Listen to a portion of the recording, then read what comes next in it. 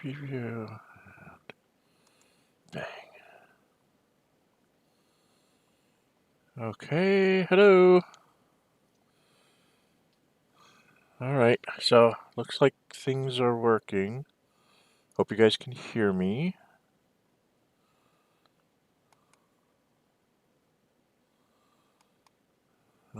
Looks like my microphone's coming through.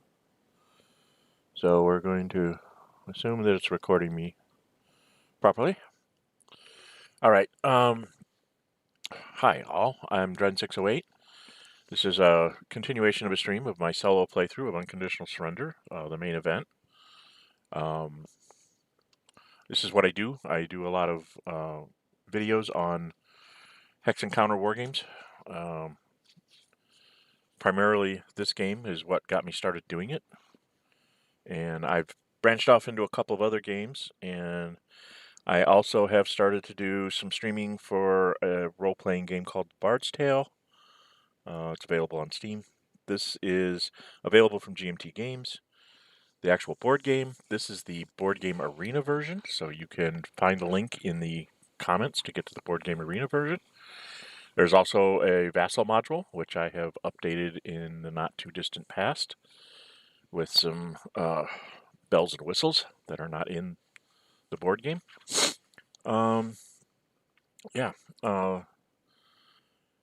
Biggest thing about this is if you like it, please hit the thumbs up. It helps YouTube algorithms find this when people come searching for Unconditional Surrender. If you really like what you're seeing, go ahead and subscribe to my channel. Hit the notify button. The notify button will tell you when I'm going to schedule another stream or when I'm going to just upload a video. So that helps you kind of keep track of when I'm doing new stuff and whether you can join me or at least watch it after the fact. Okay, I think that pretty much takes care of the commercial part of the video that I'm supposed to put out there. What was I doing? Oh yeah, it's December of 1940. France has fallen, and I'm trying to pull off some conquests in the Middle East against the UK. So we're going to fight one war at a time, so no more wars for me. And the other side can't do anything at all. The Germans can transfer production points. Now, if you look over here in the Middle East, they do have quite a bit going on with the Turks here. Are kind of like all over the place. So they only have 3 production points, and they have like at least 4 guys to move. So I'm going to give them a point. In the past, I had been giving. Let's see. Yugoslavia has 2. Romania only has 1. Can't remember if there was a bunch of. Really didn't have a lot more moves to do with the Romanians, so I'm not going to give them any points till like I go into Russia. Italy. I feel like there was a reason I needed to give them a point, but I can't remember what it was. So, well, I'll probably regret it, but I'm not going to give them a point at this moment. I'm going to keep it for the Germans. What if I got to build for the Germans? And I've got an infantry and a garrison for the Italians. So interesting. I can't remember what I was going to do with the Italians. Oh well. Hopefully it's not something critical. Oh, maybe it was. No, I already got the German. Do I have the Germans down here yet? I thought I had moved the Germans.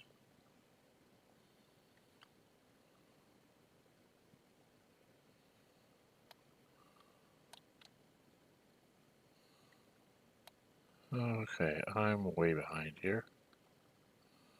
I could have sworn that I had moved a German armored unit. So see their airplane there. Ah, yes, the German armored unit is already down here. So I think the biggest thing I was thinking about is if I needed to have extra points to bring back their fleet. If I didn't move any Italians at all, like if the Germans get totally stonewalled. I have to deal with the British Air Force. Yeah, I think I'm supposed to give the Italians a point here. I can't remember why, but I'm going to. All right. And that's going to be all the points I hand out. And then we are into strategic warfare. The British do have a surprise attack marker. And they have someone in ports to do invasions. So they could get to Benghazi. They could land at Brindisi and Toronto, but that won't get them anywhere. Yeah, they'll take a couple cities. I'll, rail someone in to stop any further excursions. I don't think that's going to happen. I have to kind of look over at Europe and see if there's anything over here. Right now, not quite ready for the invasion of England with the Germans.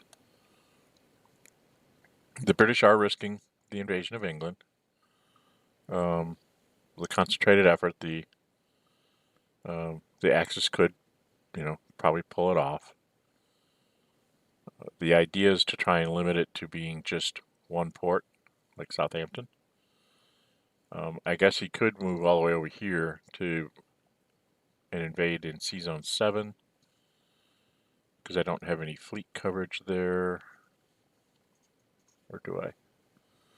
Yes, I do have Force H, which if I can get it lined up, 1, 2, it can intervene into Sea Zone 7. Home Fleet intervenes into Sea Zone 10. So hopefully anything the Germans try to bring across, I can stymie its supply and then be able to bring, troops back home. Right now, the biggest threat is losing the Middle East. So for the Germans, I don't see the British coming across anytime soon. So I can go ahead and probably use... I could save the subs for like... let's see, what's the weather? The weather is severe, so they can't intervene. They can't invade in the warm zone down here. So I'm going to go ahead and use the subs to try and make their factory loss even greater. So that was what I was trying to debate through. So we do that. And it did work, even though I only rolled a 1. He rolled a 2, so I was able to get him to lose another factory. And this is getting a little bit big. I'm going to zoom out.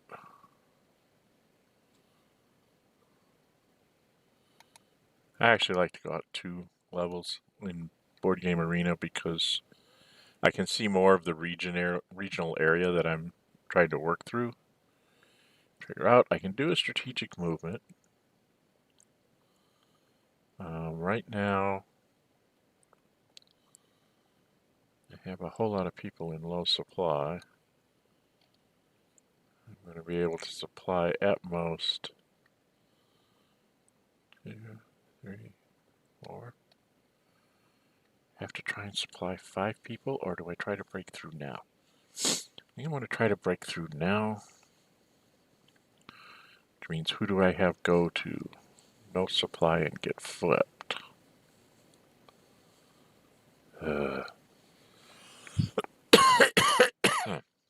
That's an interesting question. Well, it depends on how well the Germans do. If the Germans can push the Western Desert Force back across the Nile,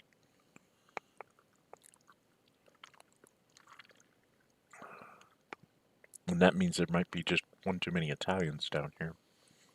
I can just let one wither away and rebuild it back in Italy.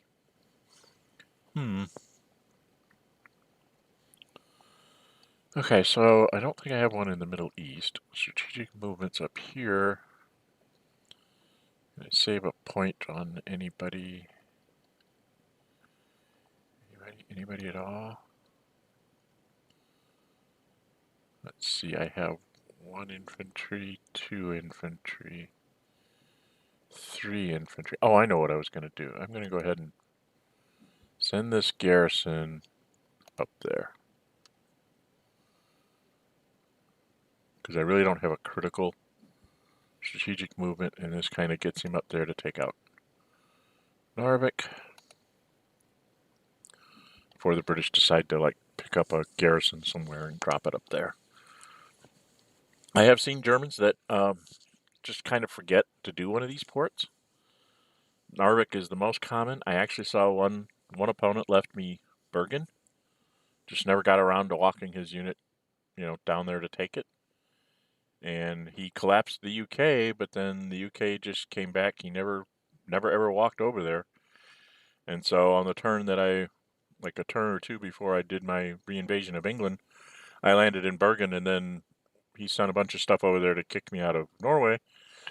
While he was doing that, I relanded in England, and we had a battle for England. That game ended badly for the Allies, but I did make it back to the continent with the Allies by mid-44, and the Russians had gotten back to...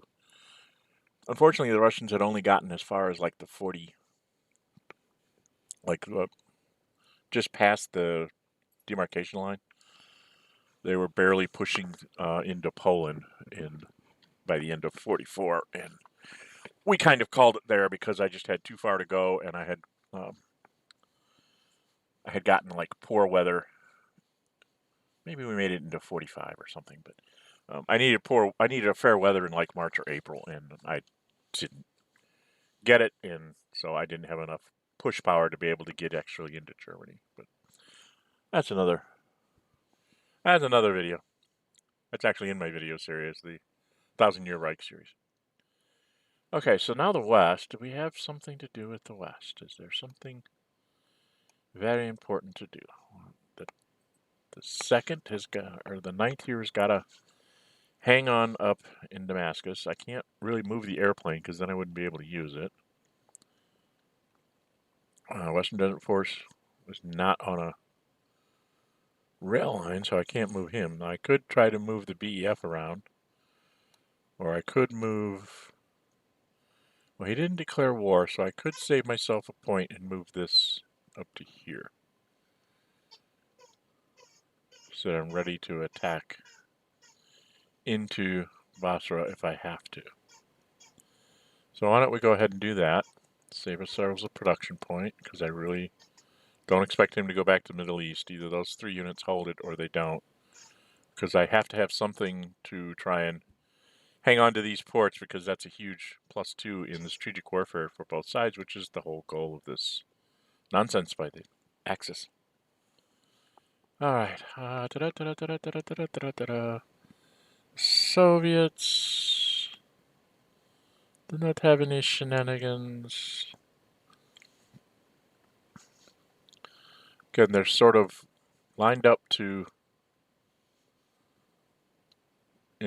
look like they're going to do a forward type defense. Unless he comes in a poor weather turn, I'm pretty sure most of this is going to evacuate back to preserve the majority of the army, and I'll have a few outposts, maybe lose 3 to 5 guys at most to the front lines, and the rest are going to be back where he has to, maybe can reach me with like armor to do his attack. I will show you that when I get to closer to the Barbarossa.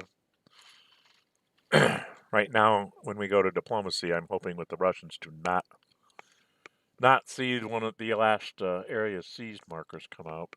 In the diplomacy cup, there are 2 of them. The only thing I don't have is Corellia. I just as soon not get it. So I think from here on out, even though I got a pro marker in Greece, no, I didn't. Where did I put a pro marker? I thought I had a pro marker in something. I don't know. I mean, there's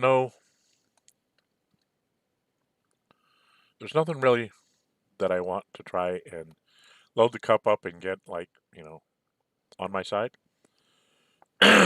Germans have a 1 in 10 chance of getting another political failure, which in this case probably wouldn't do anything really for me. They could get a political success and bring in Iraq, which could be something. They can't really do anything in the Scandinavia unless we pull the Karelia. So the Germans are actually hoping to pull the area seas because that stretches the Russian resources. Although I've heard a lot of Germans say they don't want to deal with Finland. I always think it's worthwhile because it's one unit that's guarding Viborg that's not on the front line.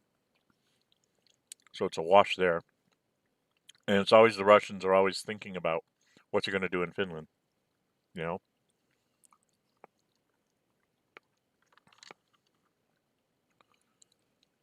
you have the Russian thinking about how do I defend this, how do I defend that, you're winning, as the Germans, if they're worried about defending too much.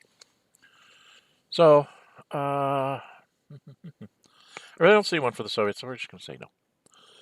And somebody's on. Hello, whoever you are. I wish these things would tell me who joins, but they don't. So whoever's out there watching, say hello. I'm glad you're here. Just got through the declarations, the strategic movements, so we're getting ready to do the Axis actions. We're going to go do the interesting stuff a little bit later. Right now I'm going to try to make sure all my defenses are set up where I want them to be.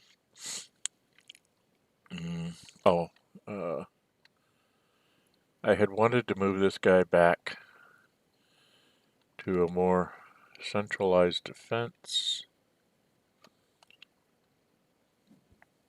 The British do have 1, 2, 3, 4. The British do have a surprise attack marker, so if they get somebody like on Seacoast 2 here, then they could invade all the way to Trondheim. Right now, the only place they can get to is through the North Sea, and I have the airplane there and excuse me, and my surface action. So any invasion, like if you tried to bring a convoy in here and a fleet and try to come through this way, I could try to intercept in this sea zone with my surface action. Then I would hit him with the airplane here. I'd be +3, -2 for the poor weather. Once I take Narvik, I will probably put the garrison unit here. That means I'll see it coming when he puts somebody in one of these 3 ports, Edinburgh, Newcastle, or Hull. And once I see him do that, then this infantry unit can move up to Trondheim. And then with Stavanger and Trondheim garrison, he can't get airplanes in here to help. If he's going to invade, he's going to have to invade at Bergen. And Bergen is a very narrow path to get to any place good. Surprise attack marker will be used, and I can just move this infantry unit, right down into here and stop him up, and then my airplane can beat on his fleets and airplanes here. I can even bring this airplane out of France up to Norway to ensure that I can knock him out and get him out of supply. And it's a shoestring operation if the British want to try and do that. If they get kicked out of North Africa altogether, out of the Middle East, they just might very well do that because they'll have nothing else better to do. And they do need to mess with the Germans somehow. You can't just sit. I had one opponent that literally just sat and watched me do things to him. The Germans were just running around doing whatever they wanted, and he was not really threatening to do anything to stop it. So it was a little bit scary. Okay. All right. Let's see. I was looking for. Okay, let's do the normal stuff here. Go to the Yugoslavs. They move up to help in the invasion of Russia. When the time comes. Yes. We're going to have German infantry. It's going to need to be here. Now, I might not get the German armored unit back in time. So put this infantry here. Put this armored unit here. Hello.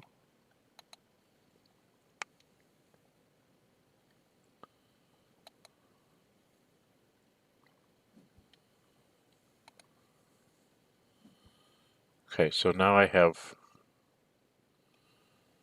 an infantry unit needs to go there. So we'll put the first there.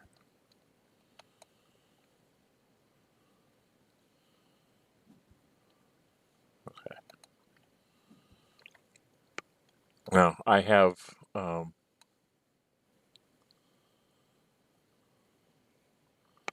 infantry unit marching along the rail here. I need to keep this infantry, and this infantry over here. Because this armored unit is actually going to rail at the last minute. You'll see him rail either like down here to Bessarabia or into this slot here. So I have an infantry unit there. I'm going to need to get probably another infantry unit in Romania because I don't know if I'll get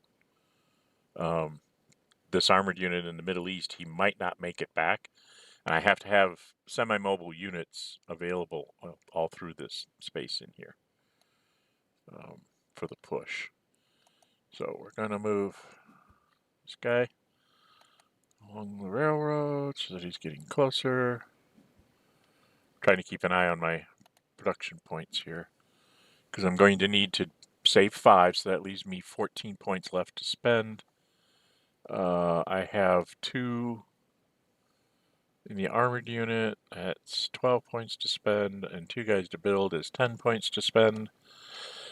And I want to make sure that I be able to bring up some of these aircraft now. The West is kind of like okay with 1 sortie, and I don't have to worry about scavenger anymore because he's at full sorties, so I can cut down on my supply here to only like 1 of these units to get him better. But most important, I need to be able to bring back this airplane that I'm going to send to the Middle East because that's where we're going to go now. And Matthew Hudson, hello. Yeah, it is nice to. I mean, it's a matter of dice and trying, and you can always hone your tactics when you're playing Unconditional Surrender solo. Do you play the physical board game? Do you play it on Vassal? Do you play it on BGA, Matthew? I'm curious as to how you enjoy the game, or do you do all 3? I do all 3, although I don't really have a lot of space to set it up these days on my table because my table with COVID and everything is everybody's gaming table and socializing table and whatnot, so I can't really leave the game up for very long. Okay, time for the grand assault here. Let's see if this works.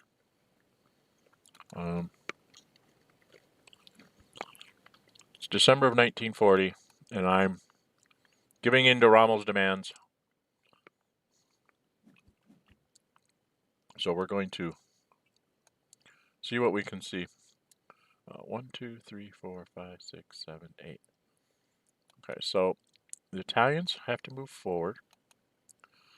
They're going to get... Hello?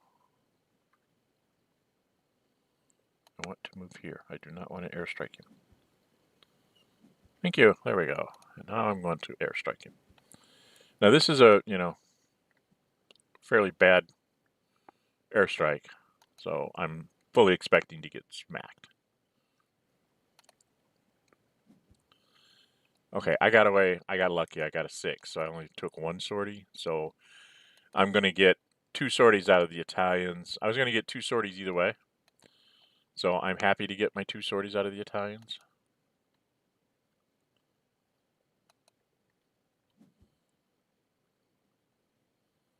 Okay, so that's it for the Italians. The Germans are going to move up to where the armored is. Probably should have waited a turn. I'm getting a little impatient here. But now,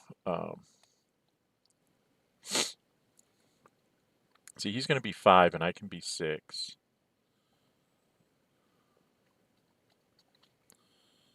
Ah, such fun.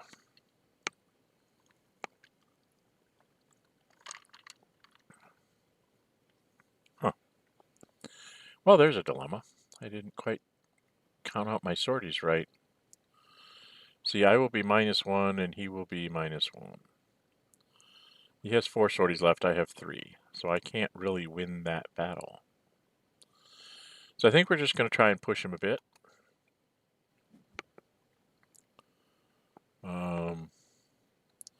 One of the things I could do is I could whack on this convoy down here. Because then he'd have to supply everything through here. And that would be, he has 4 units and would only have 3 sorties, so he'd have to bring something back.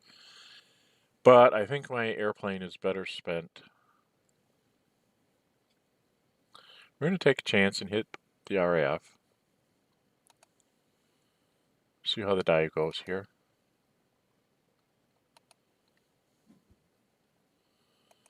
Okay, so he's down to -2 to -2. So this is probably not going to be a very good attack here. But let's see. I could have the Italians. Now, why don't we have the first... Go ahead and attack here. I'm going to use his tanks. That leaves the British with a quandary. It's +1 to +1. Do I take the +1 to +1? If I get a bad die roll, probably the worst thing that happens to me right now. Well, a 6-1 split would DD me. If I add in an airplane or the tank, I can guarantee that the worst thing that happens is a DR, and it's very unlikely. Okay?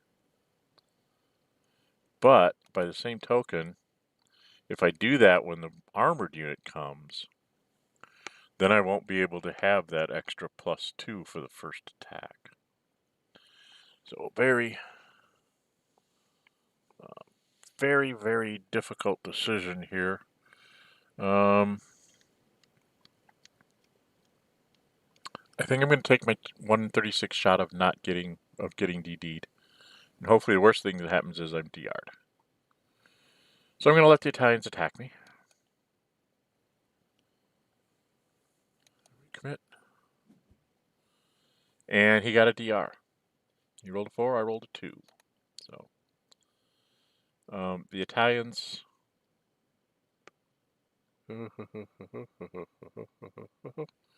will not advance. And you'll see why in a second.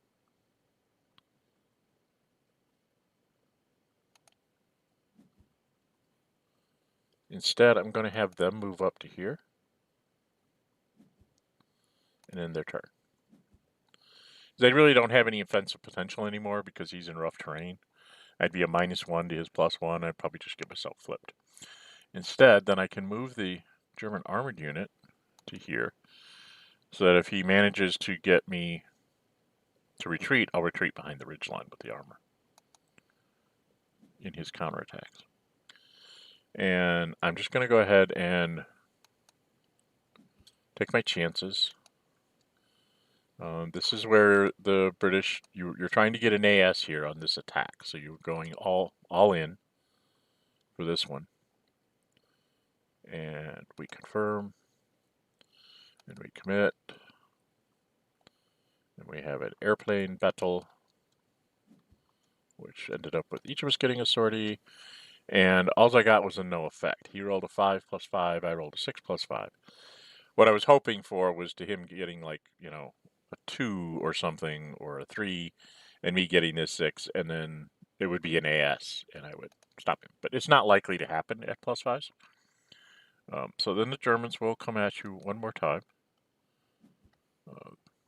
They will be plus 5. The best you can be is plus 3. And commit. Trying to get him out of El Alamein. That's what I think of that ridge line there. And it doesn't look like it worked. Yes, 2 plus 5 and a 2 plus 3 is just enough. My 7 to a 5 is just enough for him not to move. And I will go ahead and attack one last time. This time I'm plus 3 to plus 1. The British probably really want to hold it for at least this turn so that they get a chance to do something with the BEF. You know, maybe moving up here and dealing with the Turks. What I'm trying to do is I'm trying to keep that airplane from being able to reposition where it can support the north. And at plus 3 to plus 1, if you hover over this CRT, you can see that there's, 6 and 5 and 4. What is that? 6, 5, and 4 is 11, 15, 16, 17, 18. There's a 50% chance he'll at least retreat me. And I really don't want to lose that position this turn. So I'm going to go ahead and spend my airplane, which is kind of what the Germans were trying to do.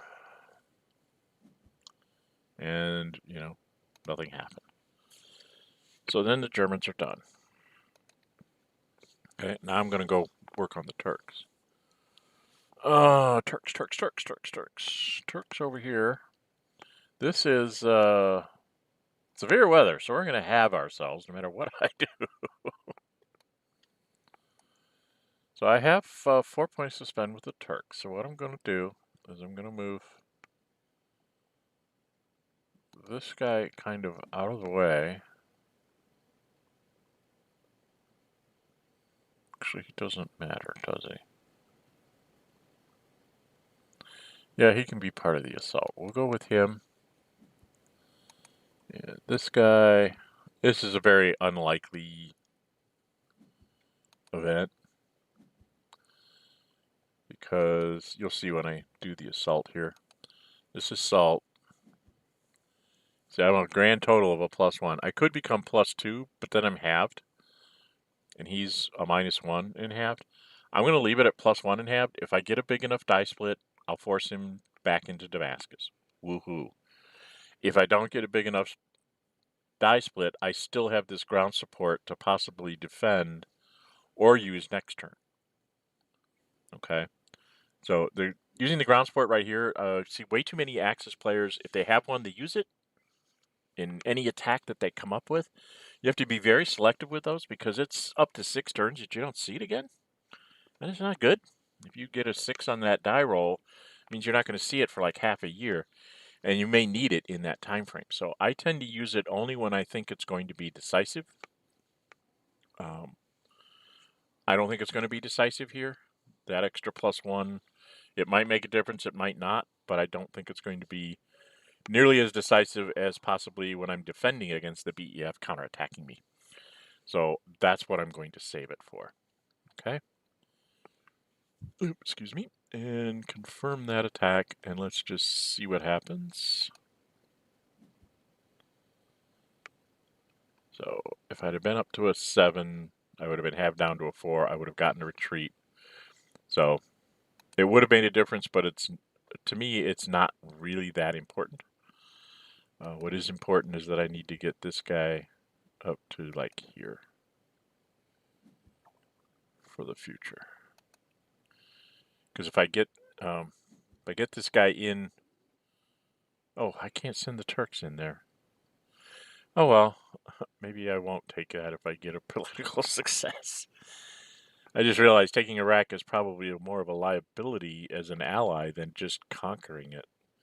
How many conquered countries do I have? That's a good question. 1, 2, 3, 4, 5, 6, 7, 8. So I can afford one more conquered country before I go to war with Russia. Right now, the only one that's really going to be annoying could possibly be the Netherlands. But I really don't need to like get rid of a pro marker that the Allies have in any countries. So there's no reason to take that one. So if I'm going to take my 9th one, I might just go ahead and set up for the attack on Iraq, and then I'll fight the British for Basra. I have two schools of thought of that. If you take it as an ally, this is the advantage of taking Iraq as an ally.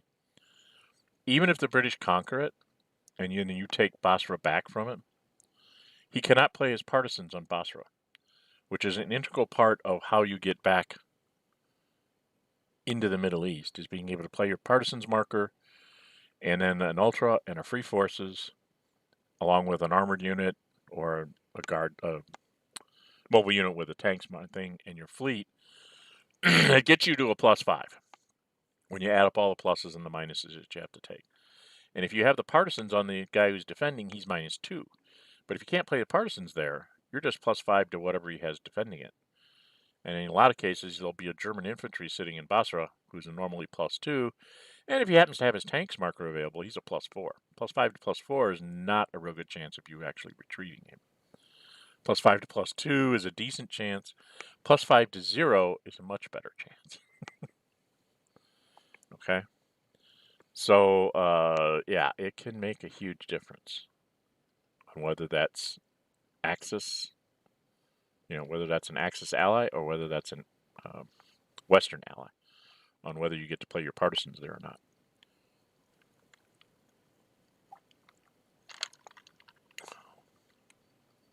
Interesting dilemma. I'll worry about it in the diplomacy phase, right? So I did my Turks. Who else do I have? Moved my Yugoslavs, Romanians. The Italians moved their one guy. They'll have to go 3 for this. I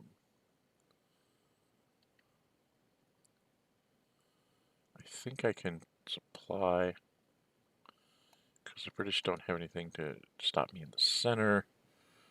So I can supply 3 guys, and then 2 more with low supply. So I think the 3 guys I'm going to supply for sure are going to be the Italian airplane, the German airplane, and the German armor. Then we're going to try and do that leading Italian infantry unit, and that's the thing that's going to be able to be intercepted by the Med fleet. Hopefully he doesn't totally knock out my convoy. So it could be that I have a low supply guy there for him to deal with. That's the chance I'm taking. And then one of these guys is going to have to become flipped. Probably the guy that's sitting under the German or the Italian aircraft. He'll become no supply and then get flipped. Or I might just remove him. I'm not sure yet.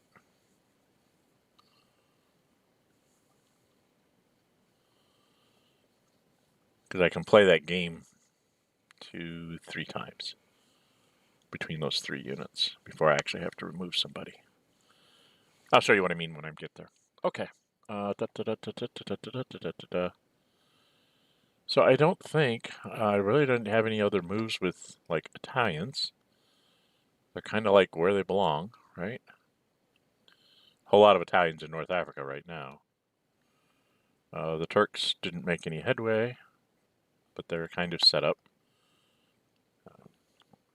It'll take them one more turn to set up for sure on the invasion of Iraq, which I think I'm going to. I just don't know if I want to conquer it or take it as an ally. If I take it as an ally, the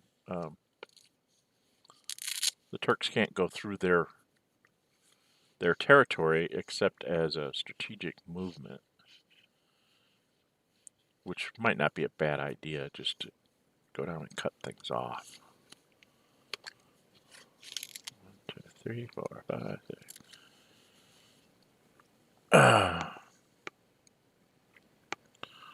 Okay.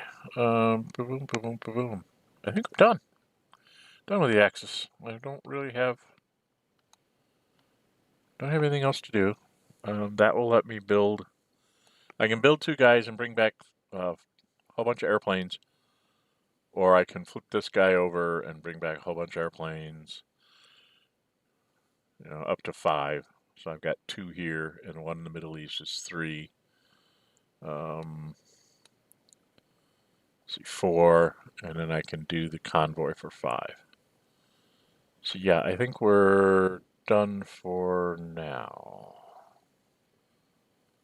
I think what I'm going to do, because it's poor weather up here, I want to keep my airplane available just because I don't trust him to not do a surprise invasion of Stavanger.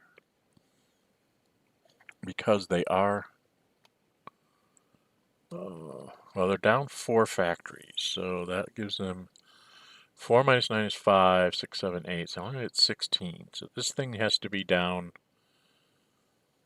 around the 2 mark for him to be able to rebuild his surprise attack marker. Although he's going to get Lend-Lease soon. When's he going to get Lend-Lease? Oh, good grief, that's coming in like next turn? No. Let's see, we're in December, so 1, 2, 3, 4, 5 turns he'll get another factory for Lend-Lease, and hopefully I will have him down before then with my +3.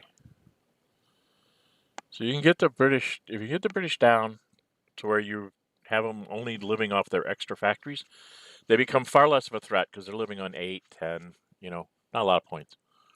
So that's the goal of this whole shenanigan that I'm doing with the Germans. Now, I have not been playing the West, I don't think, as well as it can be played. Mark Dye, the developer of this game, I'm in a league game with him. He showed me that slight little miscalculations by the Germans can lead to a huge advantage for the West.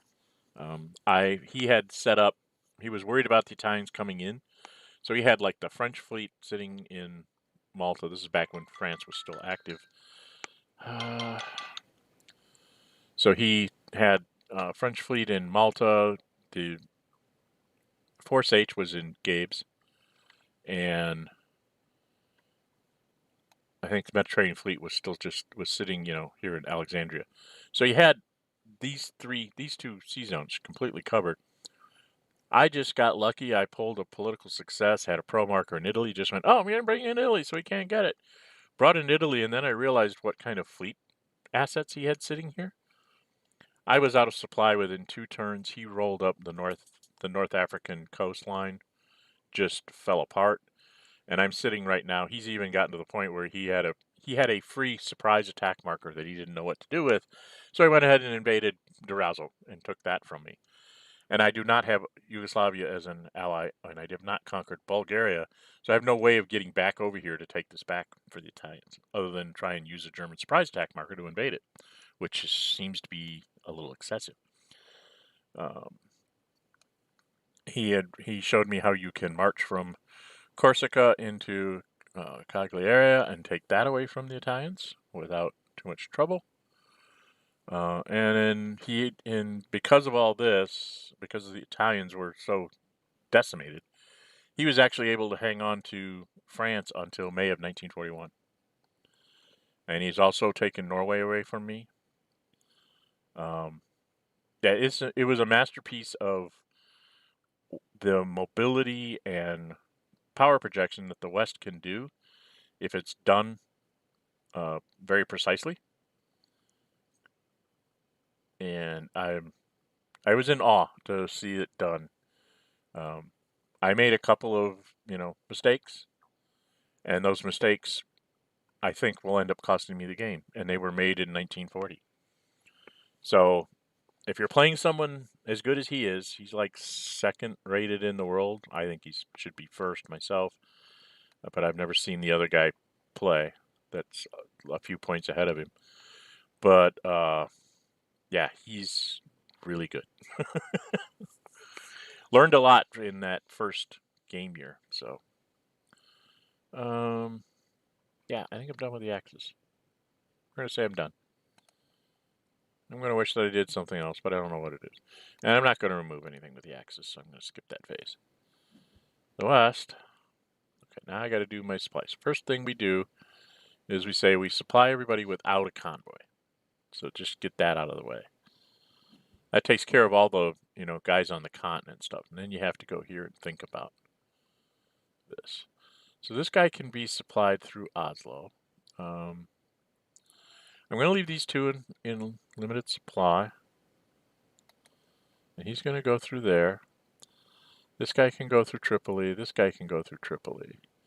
This guy can go through Tripoli. I really want the airplane to go through Tripoli, right? So we got to do some shenanigans here in the med. So we're just going to click on some buttons here. We're going to have the Panzer go through Tripoli because it doesn't need to be escorted. Oh. We're going to have this guy go through Oslo convoy.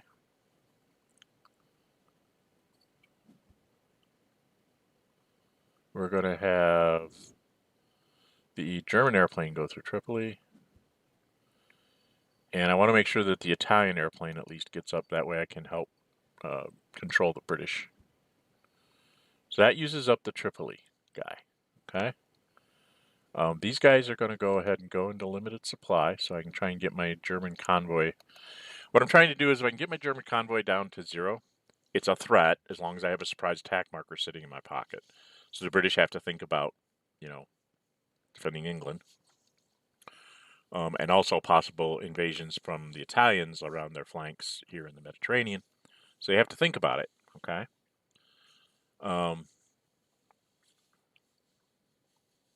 Then the other thing that it does is that when I go into Soviet Russia, if that convoy is at 0, it can supply the guys in Norway for a long time, like 6 turns. It can keep that airplane in supply, which keeps the British at bay. Okay, without having to be replenished. Which means I get through my summer turns without having to worry about replenishing that convoy. And then, when the bad weather comes and I can't quite do as much as I can in fair weather turns, then maybe I can spare some points to bring the convoy down and keep those guys up in Norway in better supply. So that's why I'm trying to get that down to 0. Okay, this is the hard supply that I have to do. I'm going to go into Benghazi. Okay, I'm going to use the convoy. Hello? Use the convoy. I'm going to confirm the escort.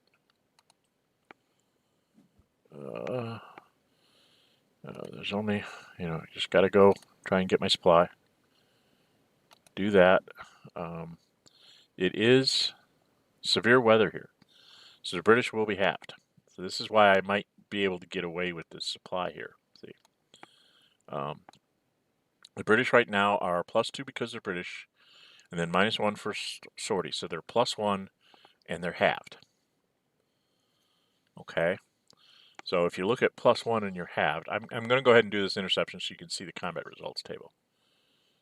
So I'm going to go ahead and do this. And you look at the combat results table. Pretty good chance. Okay.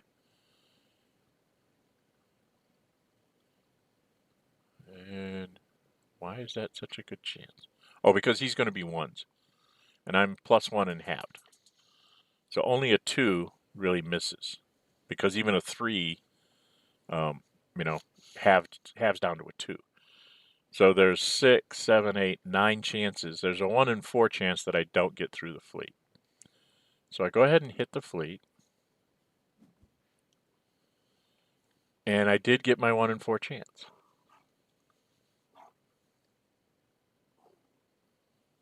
Okay, because I rolled a 3 + 1 is a 4, rounded up to a 2, right, with severe. And he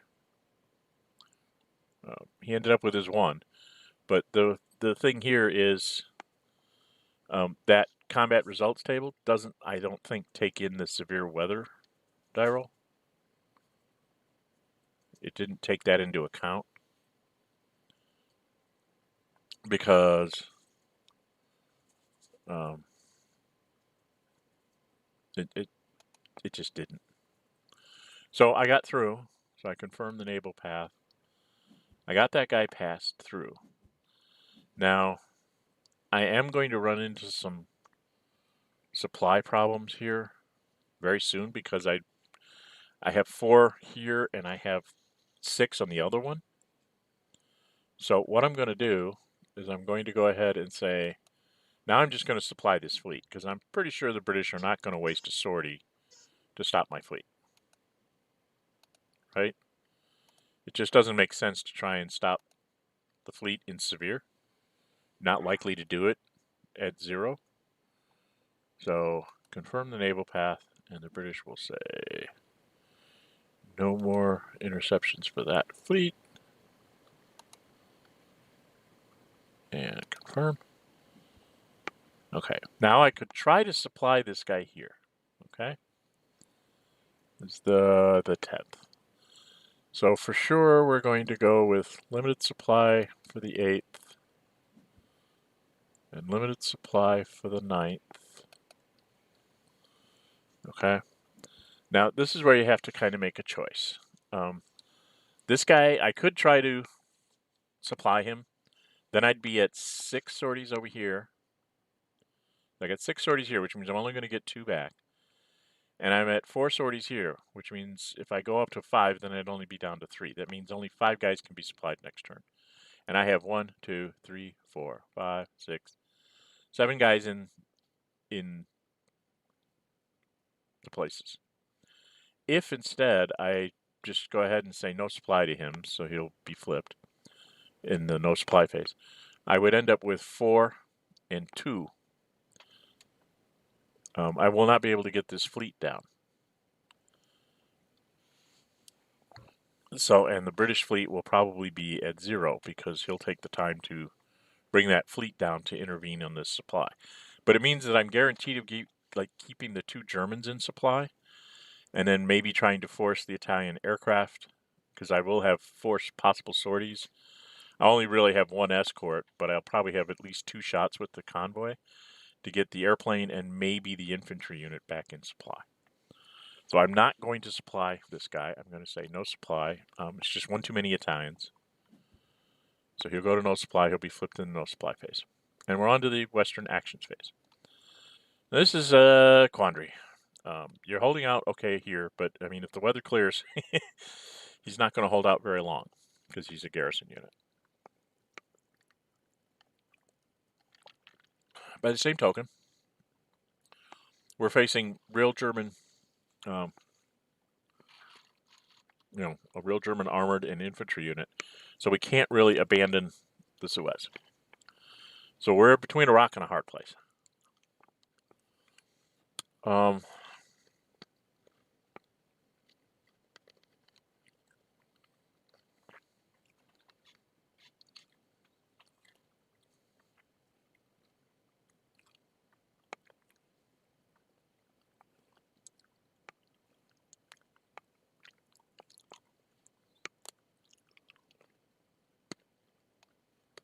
Wow, I'm not sure what to do here.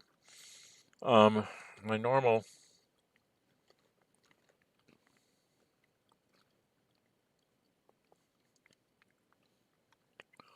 I'm always very pessimistic about holding out in the Middle East against this kind of attack.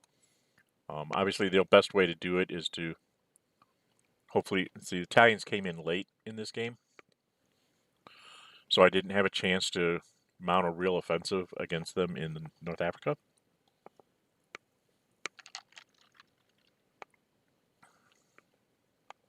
So...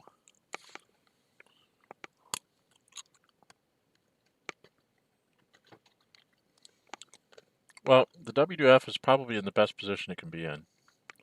The airplane can't move to get into a better defending position. It's a matter of what do I want to do with the BEF.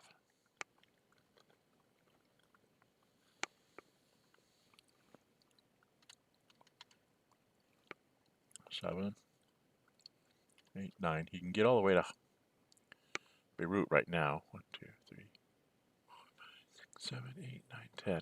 So I could get all the way up to Beirut. But that leaves he blows up the Western Desert Force. He just runs in and captures all these ports. So, with that in mind, I am going to move the BEF, but I'm only going to move it to here. And what that does is it, pessimistic, as, okay. Hello, Thomas, from Sweden. So, Matthew's joined us, and now Thomas has joined us. This is pessimism from the British. I'm putting the BEF here because I'm just, worst case scenario, the armor blows up the Western Desert Force, like, completely, just eliminates it. Like, maybe from a DD, a DD on the first attack and then a DD on the next one, so that it's gone. By sitting here, I am somewhat protecting the road to Suez, which gives me a chance to either retreat and or move back here and try to hold for like one turn so that I can get out that way. Or let's say the Germans get here and they take Alexandria or whatever, I can just abandon Suez and have the BEF race back up this way, especially if there's been an attack on Iraq. And if necessary, as the British, I will declare war on Iraq just so I can run into their country and conquer them. So that's one of the reasons why this Turk is there, is to keep that from going on. So lots of shenanigan games here. It really is going to come down to, can the Western Desert Force hold out here for a couple of turns? And can this garrison hold up the Turks? Hopefully with bad weather, at least until the spring. The idea here, again, I keep harping on this, and this is very important that you understand. The idea here is you probably are not going to be able to hold this against this kind of opposition. You can try to get the supply down, which I will be working on. The Med Fleet's going to work on that. This turn, I'm planning on getting like Force H down to only one sortie, so that next turn I can move like into Malta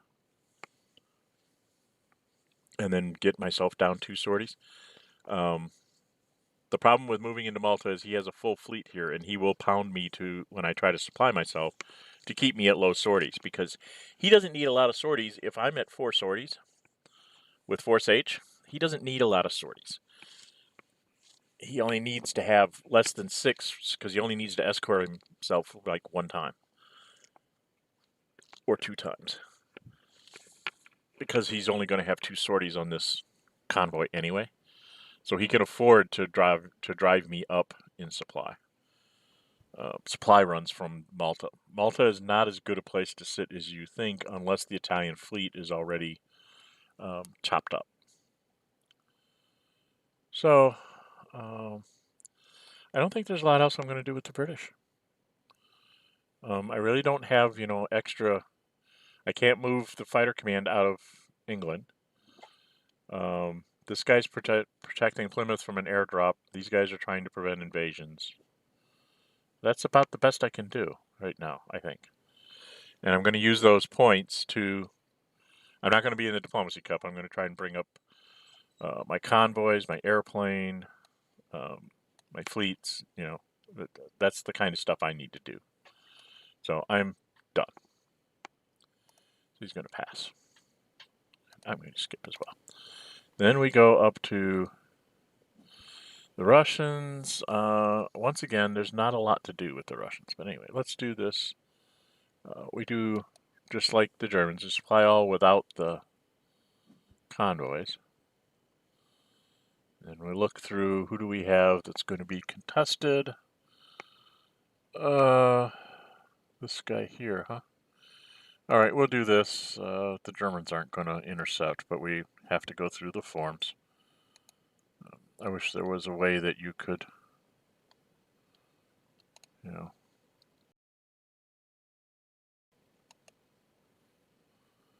confirm naval path. No more for that guy. Confirm, and then he will be in supply. There's no reason to waste the German surface action marker on a supply run that has that many sorties on it, because it's only a one shot. If it was actually going to be like supplying an airplane or, some like convoy trying to supply something that could possibly make it go out of supply, then I would say, yeah, you do that. Okay. So let's see.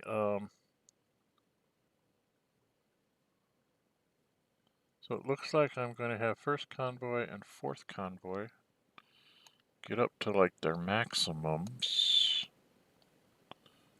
Is this the first convoy here? Yeah. So he's going to go up to 5, and he's going to go up to 6. This one over here in the corner by the Arabian Sea is going to go up to 4, which is okay.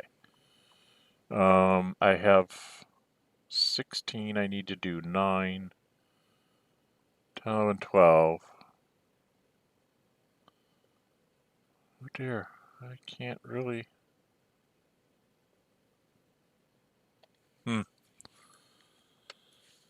Well, I can't not supply these guys because there's just too much that could happen. So I'll go ahead, go supply all. I may not be able to get that force H down. The Russians.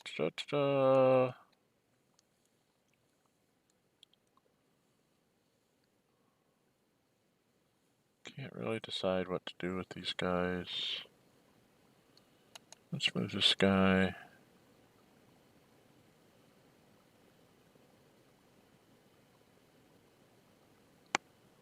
Out of here.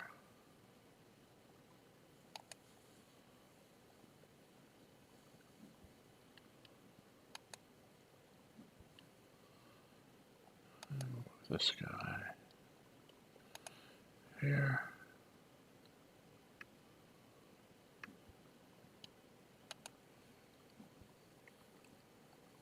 And then we'll pass. Skip and go.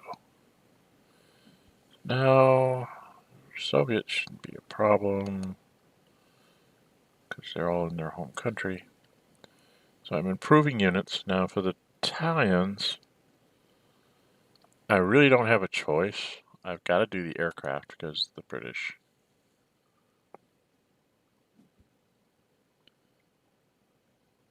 And I've got to do that convoy there. Now, I could try to do this fleet and get by on just 4 sorties between the 2 convoys, but I think I'm going to need the extra convoy sorties in the long run.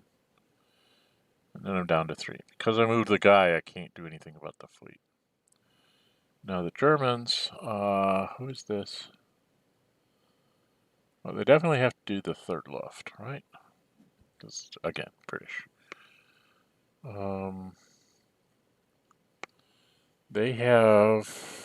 want to stay in the cup, right? So what have I got? I've got 14. So it means I can do 3 more and not flip the guy over.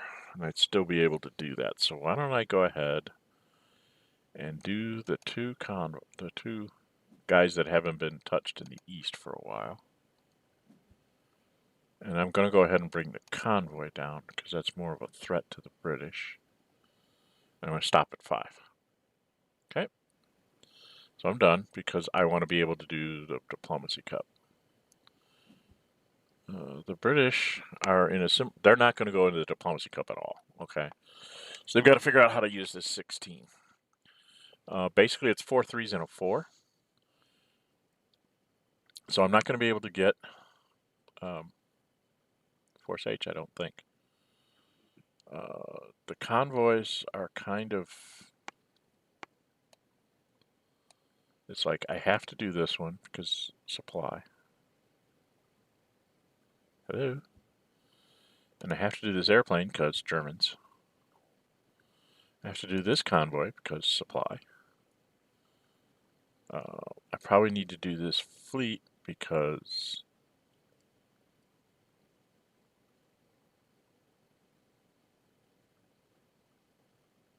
I need to try and mess with his supply. That only leaves me with 3, and I think getting this guy down will make it easier for me to keep this guy in supply when I can't afford to do this, because I'm going to be down. Oh God, when am I going to be down? I'm going to be down to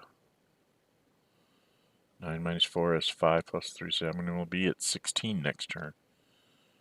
So it's going to be very hard for me to get some of this stuff replenished next turn.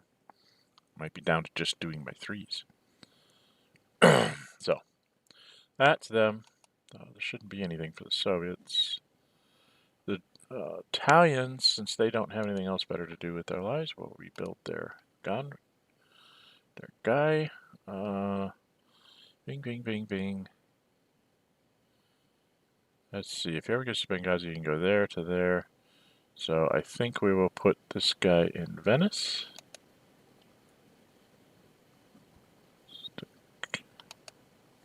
Somewhere. And now we're the Diplomacy Cup. The Germans, if they get a political failure, basically they lose either Iraq or a pro marker goes like in French North Africa. That's about all that can happen to them. Okay? So they're not really afraid of that. Area seized. Russians get Karelia, but then I would be able to bring in Finland when I invade them. And a couple of political successes here. I could bring in Iraq as a pro-Axis thing. Or, I can try and place something like, or I can bring in the Netherlands. Or I could put like a pro marker in French North Africa for the Axis because it's adjacent to Italy. Or in Vichy, or in Greece. I'm really not going to get any more conquests. So these two markers are all I have. Because I'm definitely not going to put in a political success to let them try and pull one. So I think I wanted to stay in here for a reason, because I wanted to go ahead and pull. So I'm going to pull.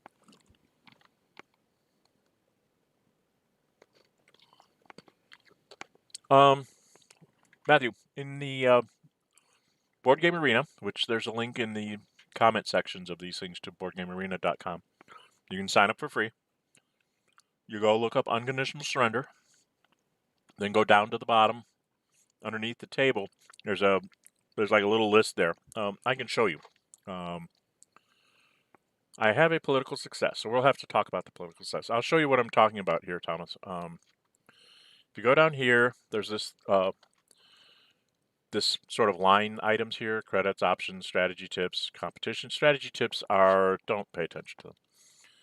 They're like for a specific scenario or whatever. They're not like a general strategy of like the main event or anything like that. There's just too many variables for you to actually get more than your strategy is roll well and don't make mistakes. So like right now, this is the current season. Mark Day is the only one that made it to the elite, and there's several of us that have a few wins. I just got into the arena. You have to have an ELO of 100 or better to get in there. But if you change from current season and go to all time, then it lists people by their ELO rating. And this Private G, who's from Poland, who's from Poland, according to his flag, has 386, but I haven't seen him playing any games lately. You can actually click on the person's name. It'll bring you up here.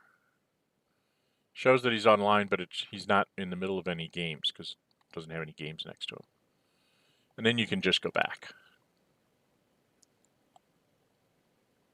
It should take you back to where we were. Okay. So that's how you look it up, is you go to competition, change from current season to all time. And we'll give you everybody's rating. And there's like 10. Yeah, the top 10 in the world are a little over 200. The next batch, there's a couple getting close to 200. And then there's a bunch of us in the sort of mid 100s. There's like 15 or 20 of us in the mid to low 100s. So, there's the top 30 people. The lowest one is 127 and the highest is 386. So, that's how you find out who's who. Okay, I have a problem here.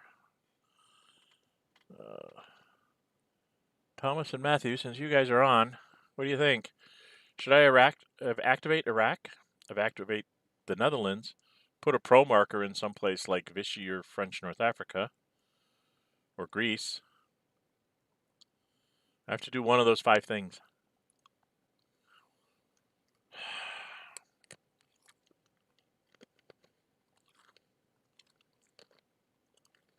Well, I think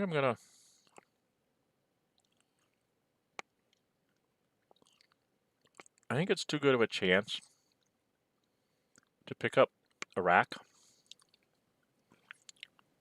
It will make my garrisoning harder.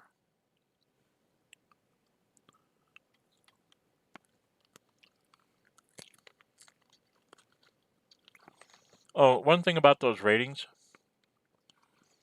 that is the ELO rating for this game. I have seen a couple of players who they put up games, to play, and they pick like the 1942.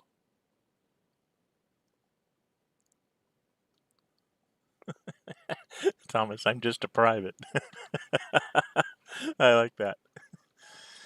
I agree, Matthew. I'm thinking I'm going to take Iraq.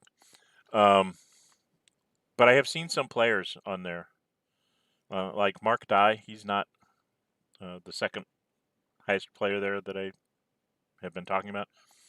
He's played like all the scenarios. He does development work with Vasta, the designer, and he's played, I would say probably a couple hundred of these games. I haven't checked to see how many he's actually played, but he's played a lot of those games and a lot of the different scenarios, not just main event, okay, not just Poland 39. I have seen several players go in and they pick a scenario like the 1942 scenario. They do not play it in dual mode, so they don't play both sides. And they always say, I will be the allied player. So they are taking the weighted winning side in their games.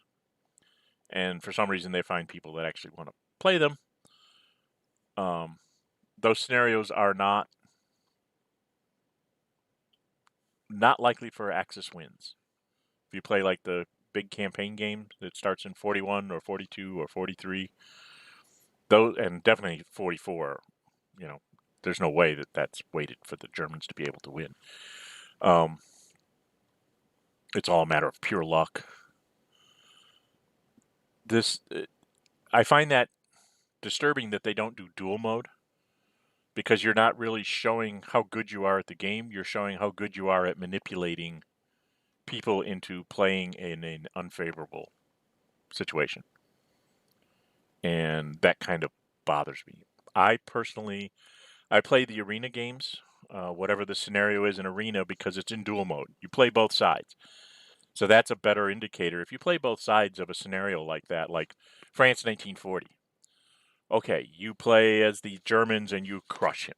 Now you have to play as the Allies, and if he crushes you, then it comes down to like who managed to snipe off an extra will point here or there from the other guy.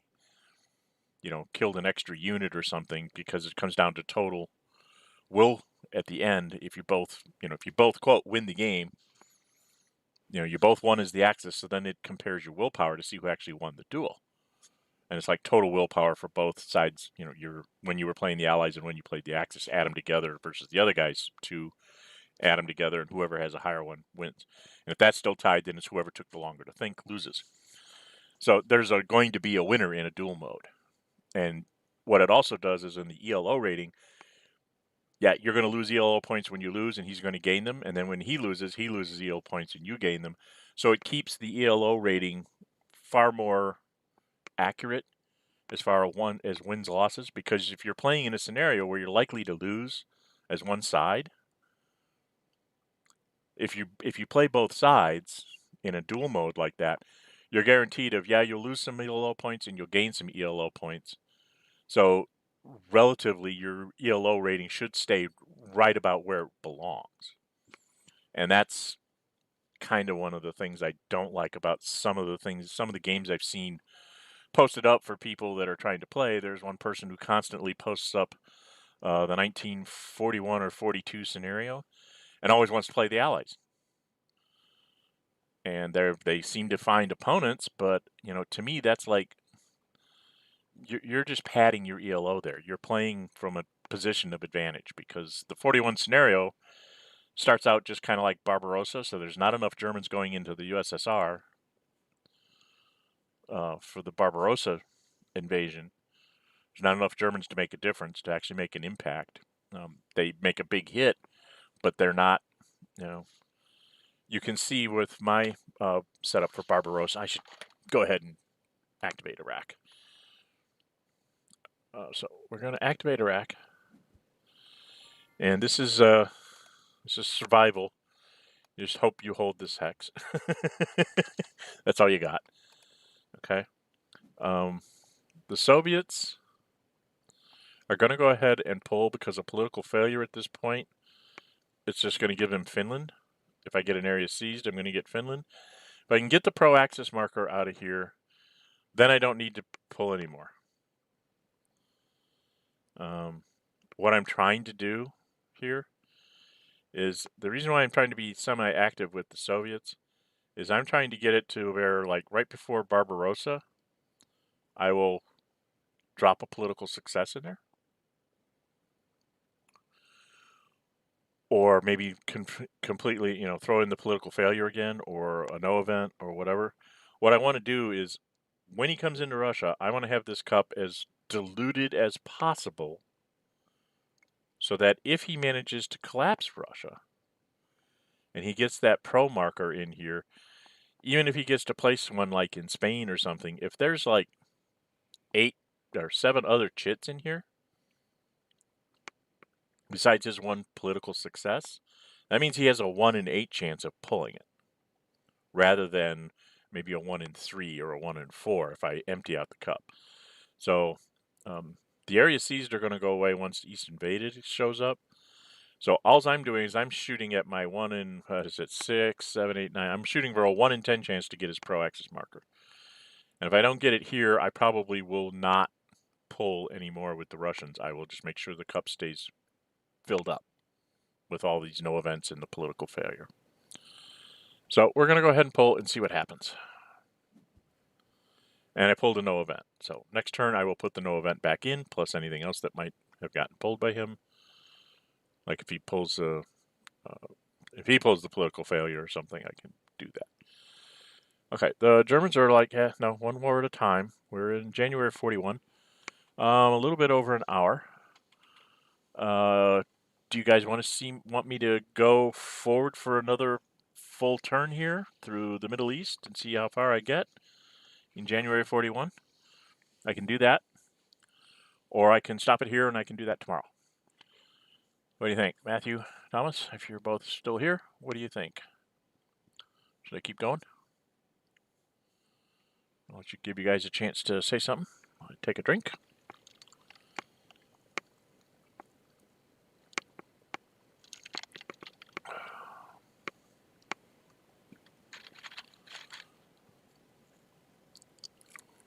No.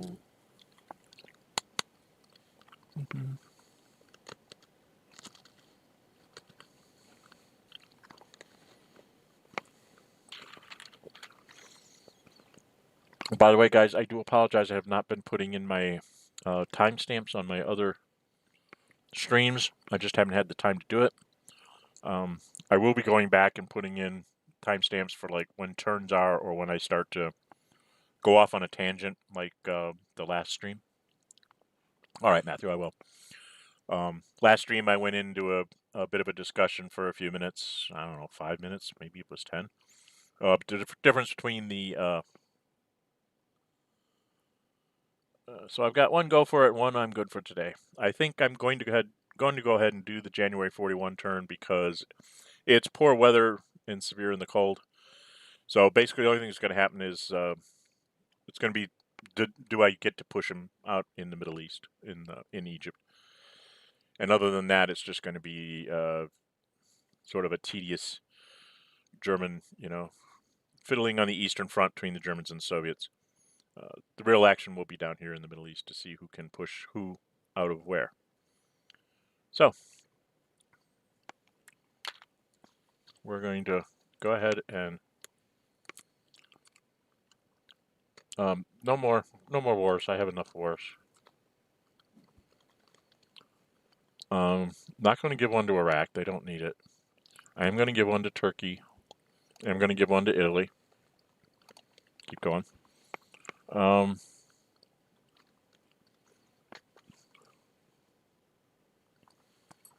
Not quite. The only way that happens, Matthew, is if I collapse the USSR, because I cannot take out Spain until Russia's dealt with. Hopefully, you get Spain as an ally, and then it's easier to go and take out Gibraltar. What I am trying to do, this is a friend of mine's strategy that he showed me, and I have dubbed it the cuckoo strategy, which is cripple the UK, collapse the USSR. That is the entire thing here. If we can cripple the UK by kicking them out of Egypt and taking Basra and Kuwait, basically they're out of. Their only presence is at Malta and Gibraltar. If we can accomplish that, we have a huge strategic warfare advantage against them. We're kind of on par with the Russians. And it frees up the Italian Air Force and maybe an Italian army or two to help me in the USSR, which is their Air Force is extremely important. It puts the balance of sorties on the aircraft way in Germany's favor, which means they can do more with the German aircraft while the Italian aircraft is dealing with the Russians and keeping them suppressed. There's a lot of people that tell me, oh, it's not that important. I'm like, it's how I've seen Russia collapsed every time, is if you can have that Italian Air Force to keep at least one of the Russian air forces out of the way, then the Germans don't have to waste sorties on it, so they can just, overwhelm whatever Russian defense there is, which you should see later in this game. We don't have anything to play, so we're just going to roll the dice and see what happens. And I got a lucky die roll.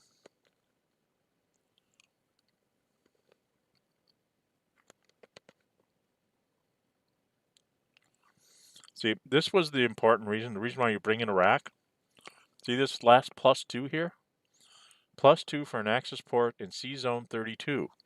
Since Iraq is on my side as the German, it's an Axis, I get that +2 immediately in the strategic warfare phase. So now the British are down to 5 lost factories. So it's going to be very hard for them to make a comeback until they can get rid of this +2. And what that also does is it also gives me +2 against the Soviets when I go into Soviet Union. So the fact that I have +3, because I'm 3, 4, 5, 6, 7, 8. So I'm +3 against the Soviets, and the Soviets get +3 in the strategic warfare. But as long as I hold Basra and have an airplane in Norway, in that port, I'm +3 too. So it's kind of even against them, and I'm +5 right now, hopefully +6 if I take Suez. Against the West, I can pretty much keep the German economy at full. I am going to have to spend some German economy here to build some things. I have a whole bunch of units here that I need to build out. So strategic movement here. This is a problem. See, now I could strategic move this guy.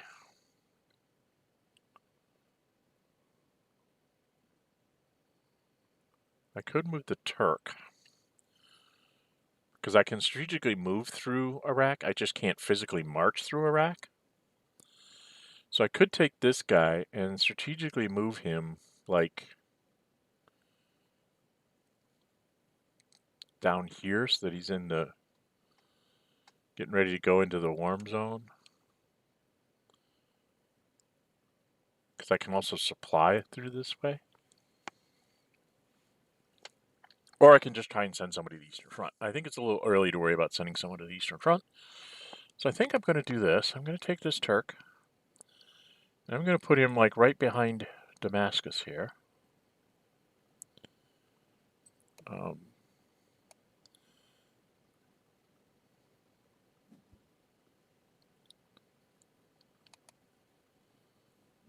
That means that I'm in poor, so that if he wants to bring the BEF up to hit me, I'm in poor, so it's only one attack on me. He might still kill me, but, you know, it's only one attack there. And I still will have, I'm still able to have I can have 3 guys attacking this guy. You know, in poor weather, that's going to be, you know, +1, +2, -1 for the weather, -1 for the thing. So I'll be a 0 to his -1.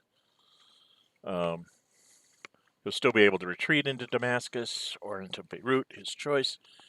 But from my standpoint, it's I'm setting up to threaten to go down into Jerusalem, which is more important to him because that's actually a factory and he's already on limited production. So now he's got troubles, as they say, in River City. And he's got to make decisions. And Basra over here, in case you're interested, it's in poor weather. So it's -1 for the river, -1 for the city, and -1 for the weather. It's a -3 just to attack that hex in combat result table. And then he's also a -1. So a -4 means I can't move him. Because at -4, the best you can get, even if you roll a 6, is a 2. And a 2 will not move anybody as the attacker. So they're pretty well set here unless I, you know, save the tank marker and then I could be 0 -3. So I'd have to get a 6 to move him. You know, and that's highly unlikely too. So unless I can get this airplane over there, which I don't think I can reach. 1, 2, 3, 4. No, because this guy's going to cut off any supply. 2, 3, 4, 5, 6, 7, 8. Nope. So the only way I can get the airplane over there is I have to ship it by a transport, which is not going to happen. So yeah, things are bad for the British here. Iraq coming in like that. I don't think I have a strategic move for the West. I kind of have to hold where I'm at. Can't move the garrison unit. I mean, I could move the BEF up to Jerusalem and sacrifice that and then just... But 1, 2, 3, 4, 5, 6, 9, 10. I could just move it by moving. Huh. There's not really a good choice here.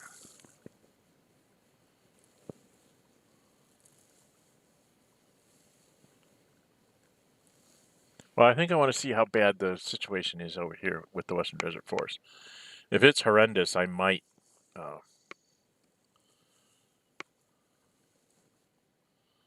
have to just withdraw completely and try and fight my way into Iraq.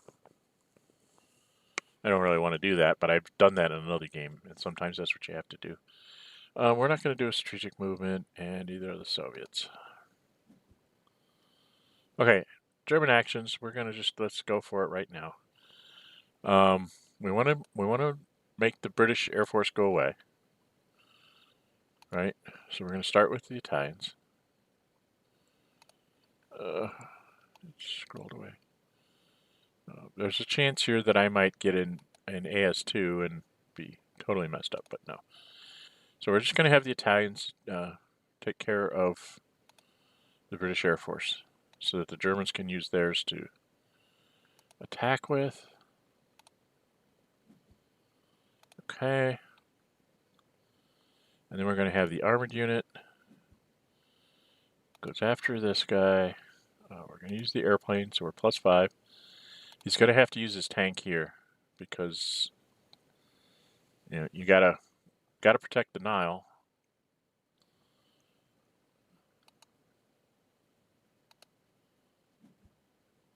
And the Germans managed to roll a 1, and he rolled a 4, so the +5 keeps me from getting an AS, but that's a no effect.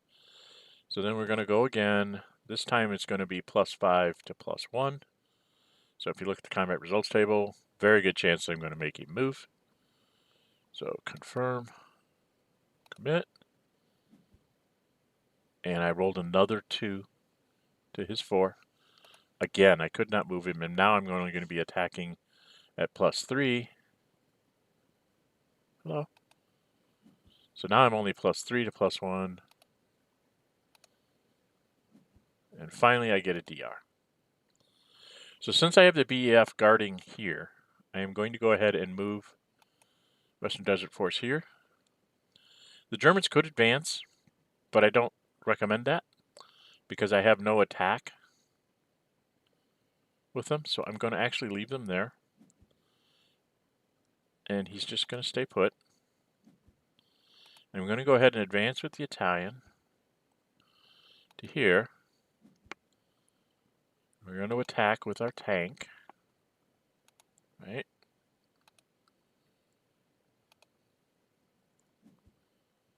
And we got a no effect.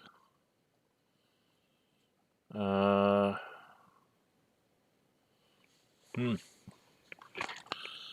that's a problem. Because if I attack him again, I'll be 0 to +1. Well, at this point, it doesn't matter. Not a likely chance that I'll get a retreat, but it's worth the attack. And I did. I got lucky. I got a 6 to 2 split. So I got him to retreat. So he's going to go into there. Okay. And now, normally, people would say, oh, I'll take the hex. You don't want to do that. That's a trap. You put the Italian here. The BEF moves 1, 2, and attacks you in isolation. It's either that or you have to move other Italians up. Okay, so we're not going to do that. What we're going to do is we're just going to move to here. Because now, yes, he can attack my Italian. I'm only a 0. He's +1s. He doesn't have any airplanes and no tanks. He can attack me back, but it's just going to be 0 to 0. And he's coming across the river. And I can retreat to El Alamein. And then, again, it's 0 to 0, and he can force me back to here. So that's 1, 2, 3, 4, 5, 6, 7, 8. He could have a guy, he could push me all the way back to the German aircraft space. Yes, he might get a 6-1 split, get a DD, and then another one, and get a, and eliminate the Italian infantry. I understand that. I'm risking some Italian willpower here. But I'm also trying to bottle him up here. Because that lets me be able to bring this tank, 1, 2, 3, up here and possibly push into Alexandria. Pushing into Alexandria, I could actually use like my airdrop marker to do that. So I have some flexibility here to do this. It's still a tight thing that I'm trying to do. So I got this guy around the other side. I don't need to worry about him flying his airplane because I put it down. So we're just going to go here and we're just going to, we're going to do our silly assault. It's going to end up being a 0 to -1. Hello? Where's the other one? There we go. Okay. And we do this. Right now we're 0 to a -1. No matter what I do, he can retreat.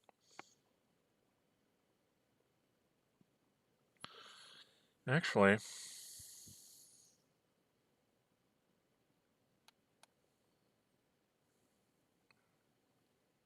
I'm not sure I want to do that.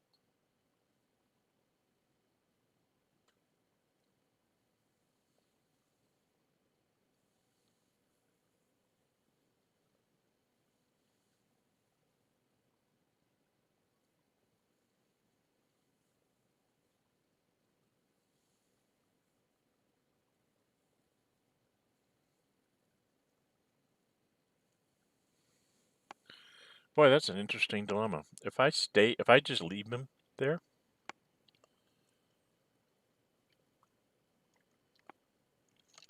no, he can still move back into Damascus. Can't he? He just can't go any farther this turn. And that would let me close up and cause an isolation. So yeah, we want to do this. So right now we're at +0. I'm going to do a real quick check to see when my next ground support is coming in. I have a bad feeling it's not for a while, not till April. So once again, I'm going to save that ground support for right now. I might use it in February. I'm trying to get it so that I'm going to know that I have one coming the very next turn when I use it. Or do I want to use it now and try and push through? Because this is poor weather. He's at -1. I'm at +1. Let's see what the combat results table says at +1. Oh yeah, there's only a what is that? 5, 10, 14, 17, 18, 19. A little over 50% chance if I use it. If I don't use it, it's much less. We're going to go ahead and use it. We want to actually try and force him back a hex. That's too good of a hex for him to defend from. So we're going to confirm that attack. And then we're going to commit to that attack. And we got our DR. Now, because I assaulted by 3 different units, he gets to choose who is the one space that he's trying to make it from. It can be either one of these two, and he can retreat to Beirut, or he can make it, either one of these two and just like a retreat to Damascus. This zone of control doesn't matter because he controls this. Zone of control from this guy doesn't matter because he controls the city. I just have to put a space between one of these attackers and me. So this is where I'm in a quandary. Most people would say, well, defend Damascus. It's a limited supply source. No, you go to Beirut. Okay? And in the Turkish case, I don't think it matters much. Does it? If you're worried about 1, 2, 3, 4, 5, 6, 7, 8, 9, you can't attack there.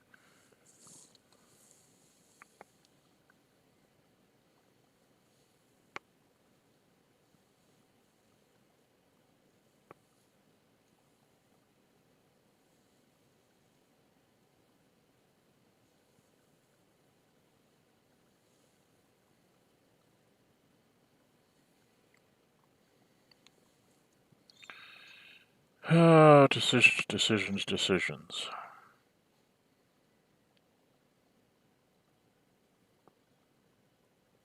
I think I'm going to take it with this guy.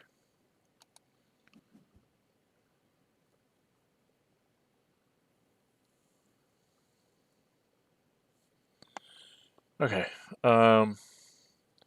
It's just a feeling that guy should be the one that's doing it. I can't explain exactly why. Okay.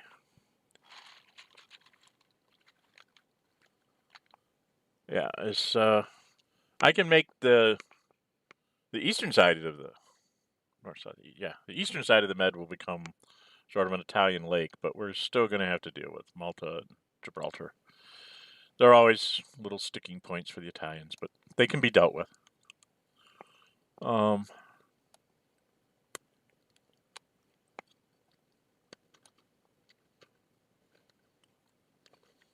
think that's it for the Med. I think I had a couple other little moves back here. So I'm going to build some more infantry here. So this infantry unit, excuse me, this infantry unit can start heading to the east.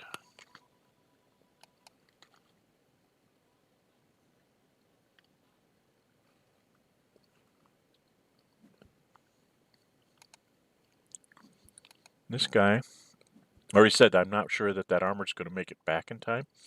So he's just going to head down here to Romania. This infantry is going to head probably over here to the east someplace. Might even send him down towards the Med. I have to send somebody to the Med. I'll send him down to the Med. That's what I'll do. He'll go down here to get picked up by the fleets later. Once I kick the British out of the Med, if I can do that. Okay. Other than that, there's not a lot other things to do.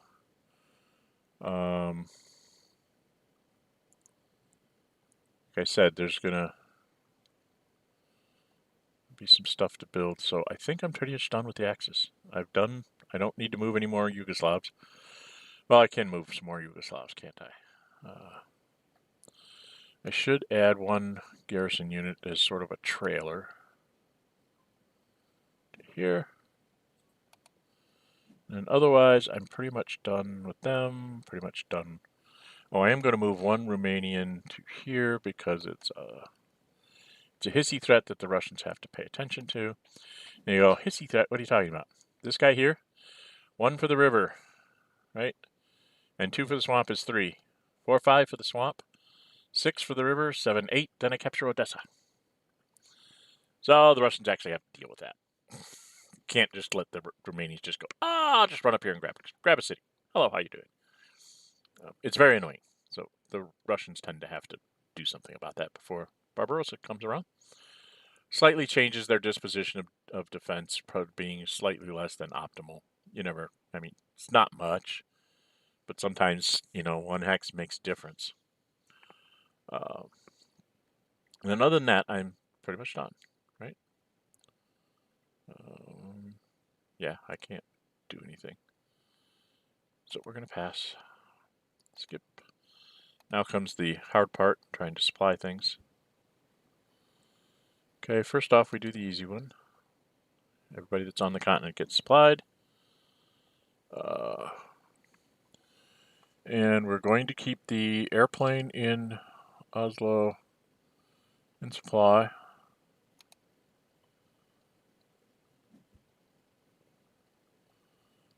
The 2 infantry in Norway will go into limited supply. I forgot to move the...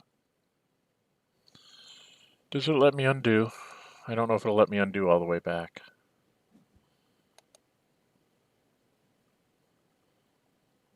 There was something else I needed to do with the Germans. I don't know if I can get all the way back.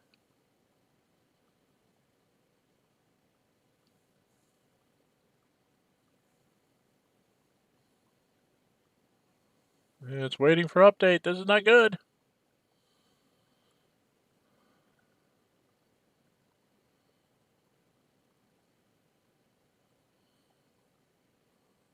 I know they had some server problems yesterday, so I hope I'm not running into the same thing.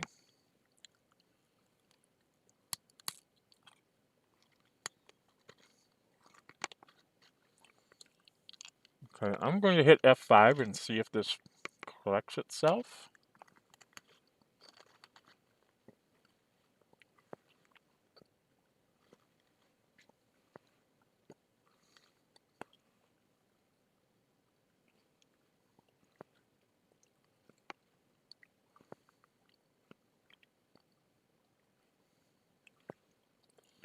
Now it's got to load up the game list, game log history. As the games get longer, did not declare war on Poland.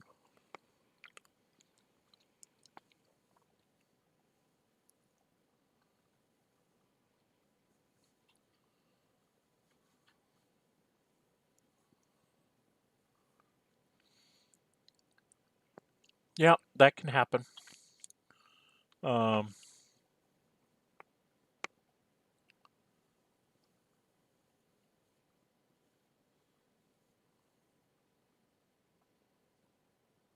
How could it be Soviet allied? Matthew, I don't understand. Did not declare war on France? Did you declare war on the Soviet faction rather than the Western faction? Because as soon as you want to go after France, you would have to declare on the Western faction, and that's going to bring everybody in the war, and diplomacy is over with.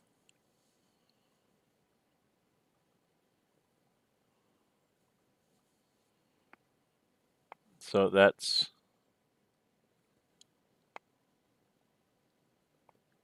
I'm not really understanding your first thing there where you said you did not declare war on France-Poland, overrun, but was Soviet ally till fell. So if you declared war on the Soviets, you can take Yugo, but then when you go to take France, you have to declare on the West, and that means that you're in a short war. And the Russians are just going to get stronger. Yeah, I have not found an East first strategy that properly works. I've had one that worked against me that was due to my ineptitude as the Russians in 1942. And a bit of luck for him. He got a fair weather turn in October of 1940. So, for me, the Eastern first is high risk, high reward. If it works, you should win. If it doesn't work, you're going to get crushed very badly. I'm just going to undo this.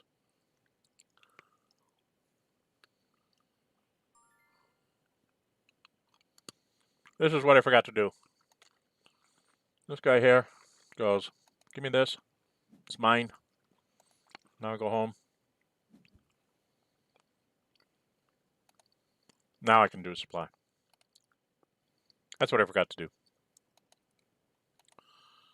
So go here. Do this supply like I did last time.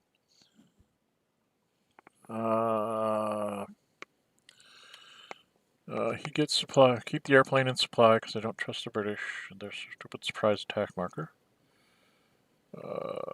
These guys can go into limited supply. I wish it wouldn't flash every time. And this guy can go into limited supply.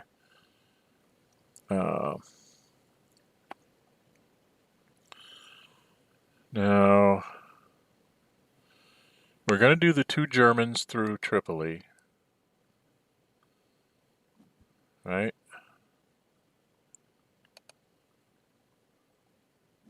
Because they're the most important. Now we got to go down to the Middle East, and we got to try and do some Italian supply here. We're going to try and start with the airplane. Right? That's the next most important thing, and then that forward infantry is going to be the most important after that. So we're going to go here, use the convoy. We're going to go ahead and escort.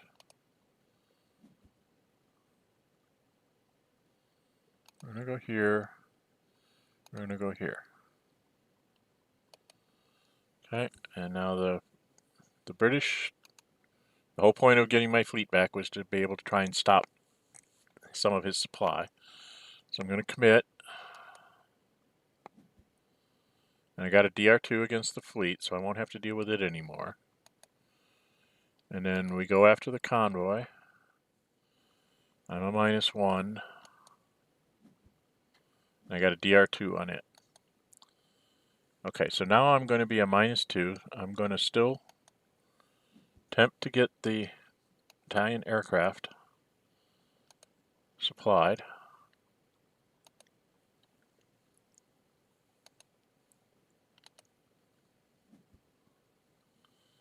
And so we're going to go ahead and go after him at -2 and see if we can stop this. And we do not. So he gets that supply through. And then this is going to be the last guy that I can supply. There's convoy. Here. Hello. Here. To here. Confirm the naval path. This is basically all or nothing kind of commitment. And I didn't make it. Because if that infantry had been, since this was his last supply run, if I could have gotten that infantry to be at low supply, he'd have been -2. Okay. And that would have been just fine. This guy supplies himself. There's not going to be any interception. Supply. No, we're not going to do that. It's a waste of sorties. Okay. Now, I have a choice here. I can have this infantry unit just eliminate himself. Right? You can just go bye-bye and die. Which I think I'm going to do. Because then that means I only have to supply 4 guys, and I'm only going to have 4 sorties left, and this one's not going to probably get through. So I'm probably going to end up with 2 things in low supply next turn. By not being supplied, unless I can break through to the Nile. So I'm running into supply problems here. So I'm going to let this guy go.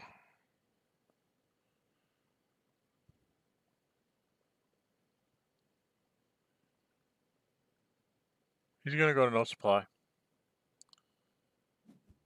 And then the last 2 will be supplied through Tripoli. He'll be eliminated in the no supply phase. So now it's the Brits. Brits have to decide, do you want to try and push this Italian away?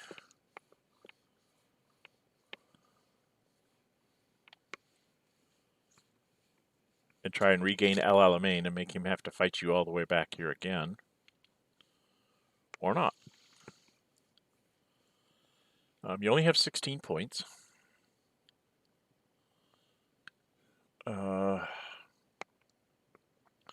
If you use one of these guys, that would mean you'd have 14 points. So what do I need to bring back? The airplane, 2 convoys, that's 9.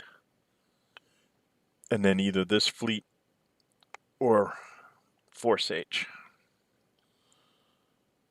So that's 13. So I can basically do one of these guys and move my garrison unit. Right? That's what it seems like. So now I can try, go 1, 2, 3, 4, 5, 6, 7. So what we're going to try, this is what we're going to try and do. See if this works. If this doesn't work, I'm in a world of hurt. So I'm going to move out to here. Then we're going to attack here so that we're... So I'm +1 to 0. Confirm. Commit. No effect. I will attack him again. Confirm. Commit. And I got stopped. So that's not good. Not good at all. That's going to be a problem. Now I have another problem here with this garrison unit.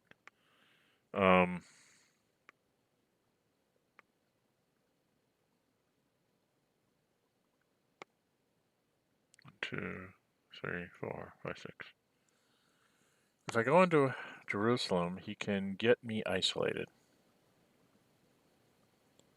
If I go into Damascus, he can just move into Jerusalem. You just walk in next turn.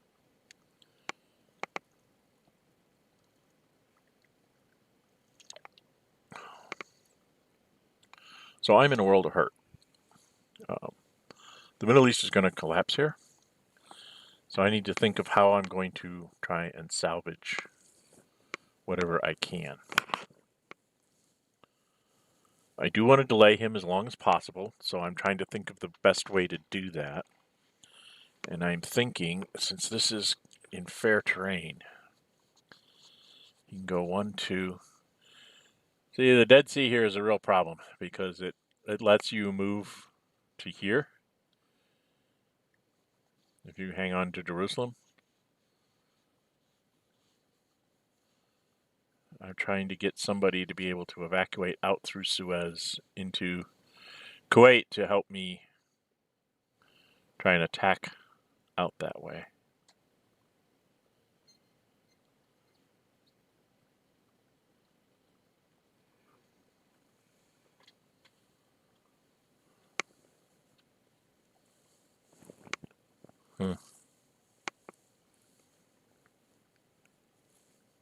This is not good. Not a good defensive position here. 1,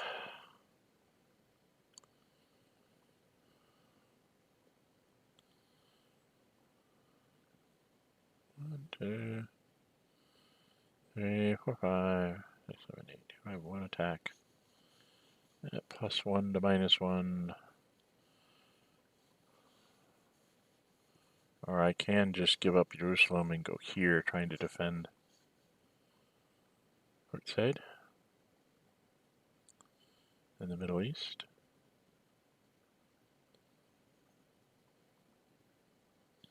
See, the choice is I can go here.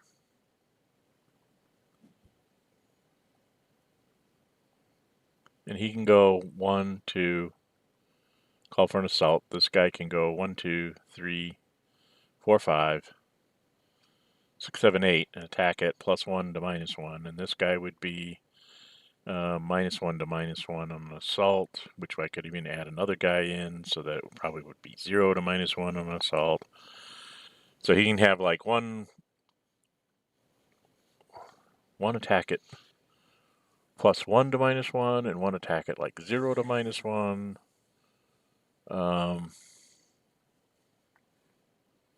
Actually, 1, 2, 3, 4. Yeah, 5, 6, 7, 8. So you'd have 2 attacks in the mobile, and then I still would be sealed off. I would stay in limited supply no matter what. But that means that I would be a -3 next turn. What turn is it? This is January. We're talking about maybe I survive to February. Maybe I don't. Or I could go here. If I go here, he can't actually isolate me, but he does get to take Jerusalem. Because this guy can just go 1, 2, 3, 4, 5, 6, 7. So he can take Jerusalem. He'd probably bring a guy down 1, 2, 3, 4, 5, 6, 7, and this guy here, so he can probably get an assault and push me back here. And then this guy can go 1, 2, 3, 4, 5. 1, 2, 3, 4, 5, 6. He wouldn't do anything to me other than seal me in. What if I'm here? Huh. Not a real good choice, is there? I think I'm going to go ahead and sit in Jerusalem.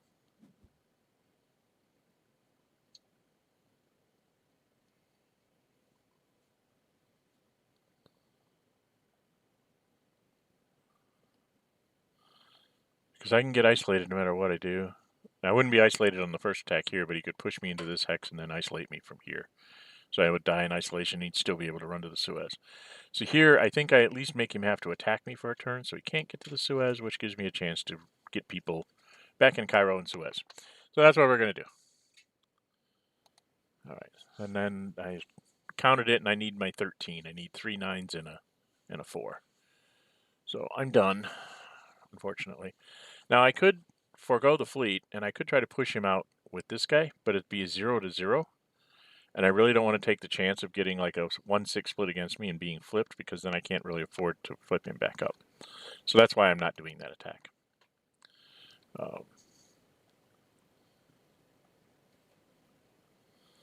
I'm still wondering if I should bother to even try and bring up my aircraft.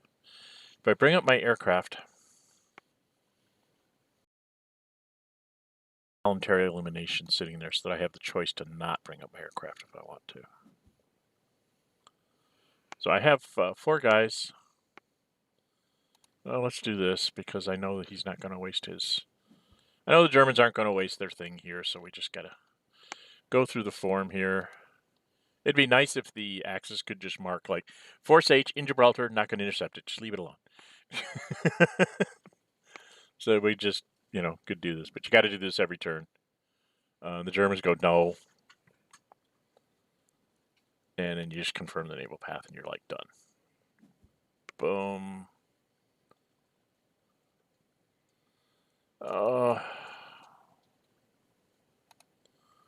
I forgot to check the little box that said no more interceptions for that particular fleet. So he's done. Give me the box again. I need to go do Med Fleet. So over here, if we look at this, let's do the get rid of the guys on the continent, or in England. They're all safe. Malta's safe. Okay. So right now, both of these would go up to, go up one. That gets everybody in supply.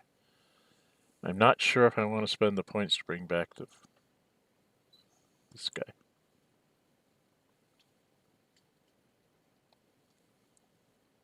I don't know. We're going to go ahead and just supply them. Keep them all in supply. I'll make up my mind when I'm doing the no supply phase. So part of me wants to bring up that airplane just because it makes him have to use at least a sortie or two to get rid of it, to keep it from influencing any battles, which is a good thing. I mean, it's not going to survive. That's for certain.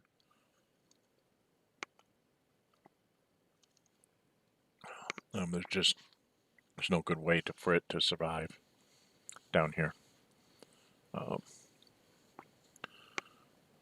And I don't. Okay, so I did my shenanigans last turn. Yes, I did. So I'm just gonna let this pass, and I'm not gonna remove anything in the Soviets. And we supply them all, and we're on to voluntary elimination. Now, this is where you have to seriously think, is it time to just get rid of this airplane? If I get rid of it now in January, at the end of February, I can rebuild it like in the Western Indian Ocean. And then in March, I could move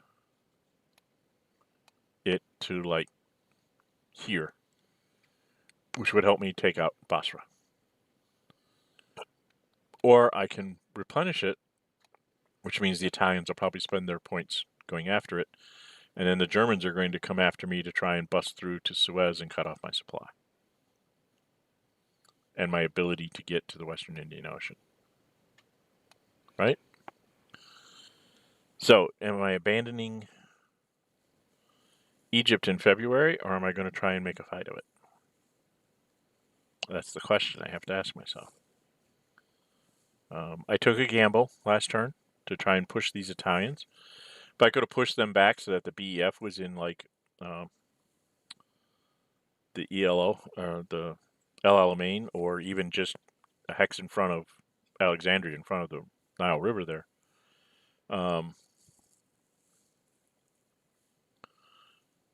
Then I would have had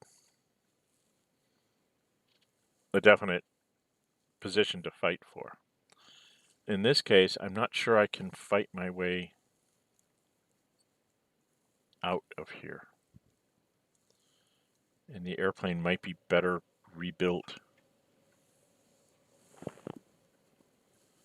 Oh, such a problem. It's what it is. It's really a big issue.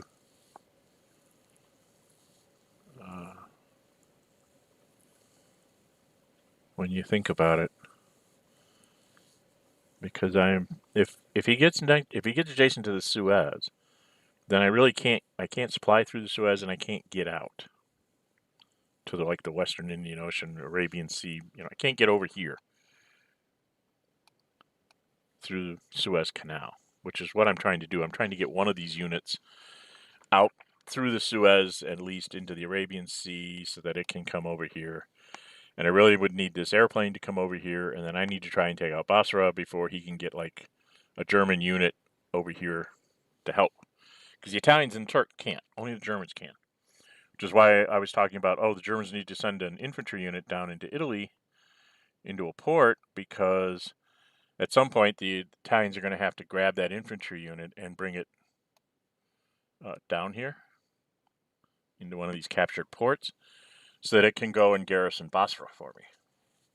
The Italians will garrison Suez and Tripoli, and then the Turks need to go defend Turkey because they have absolutely nothing facing the Soviets at the moment, and Barbarossa is not that far away. It's only about 4-5 turns away, maybe. So we have to finish this up in a hurry. So this is a quandary for the British. Yeah.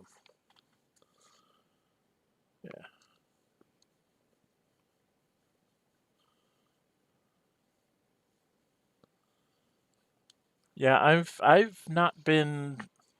I haven't figured out. I've faced one game where the East First strategy worked only because they got a fair weather turn in October of 1940. If they had not gotten that, the Soviets would have hung on with like a handful of will points till 1941, and then he would have, he definitely would have collapsed me in early 41. Probably could have gotten back and gotten into a decent attack on France in 41. But I don't think he could have taken France out in 41, which means France goes down in 42. Then he has to be back on the Soviet front in 43. And the Soviet front in 43 means you're not going to knock the Soviets out again. So if you can't take the Soviets out in 1940, I don't think it's a winning position for the Germans. Myself. It's a big gamble. If you can't take them out with your, you'll have maybe 8 infantry by the summer of 40. You pick up 3-4 infantry maybe. But you'll have one that's probably taking care of Denmark. The other thing is you go into the Soviets without Norway usually, which means you have +0 against their usually +1 or 2 in strategic warfare. So that can be a problem. There's a lot of downsides to going after the Soviets early. If it's precisely done, yeah, you can probably pull it off. But like I said, if you don't take them out in 1940, in the summer of 1940, if the weather goes bad on you and say you only get 3 fair weather turns, it's going to be tough on the Germans come 43. Okay, I'm going to fight for it. So he's going to come down. Oh, no, I'm not. This is elimination. So I'm not going to eliminate anything. I really don't know. I mean, if you're playing the long game, you would eliminate the airplane and just say forget it. Because the Germans are going to outclass you anyway, but by eliminating the airplane, you let the Italians outclass you. If you leave the airplane there, the Italians will use themselves up to get rid of your airplane. And then you have to face the German airplane for 2 attacks. So we'll stay.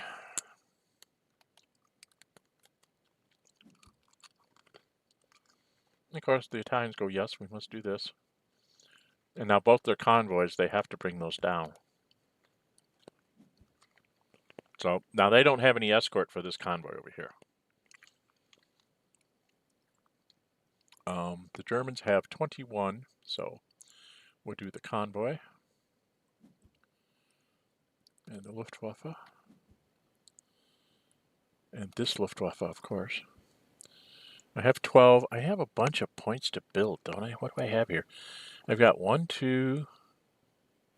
This guy's 2, 3, 4, 5. And 5. So that's 10. So I can do the armored unit. And I'm going to build 5 and then spend 5 on Diplomacy Cup, or am I? That's the other question, is do I want to do anything with the Germans in the Diplomacy Cup? Because if you look at it, there's really nothing else I want. I've got Yugoslavia, I've got Romania, I've got Turkey, I've got Italy. I cannot get a pro marker placed in Helsinki unless an Area Cs gets pulled. So that would be the only thing that I'm actually trying to pull for, right? To get the Area Cs so that I can get Finland in on my side and try and stretch the Russian army. I know a lot of Germans say they don't want it. I know a lot of Russians say they don't want to deal with Finland. I always liked it. It's makes you have to think. And I've got time to get that airplane back. So that's where I'm going to go. I want to get my ground troops out. So I'm done with the Axis.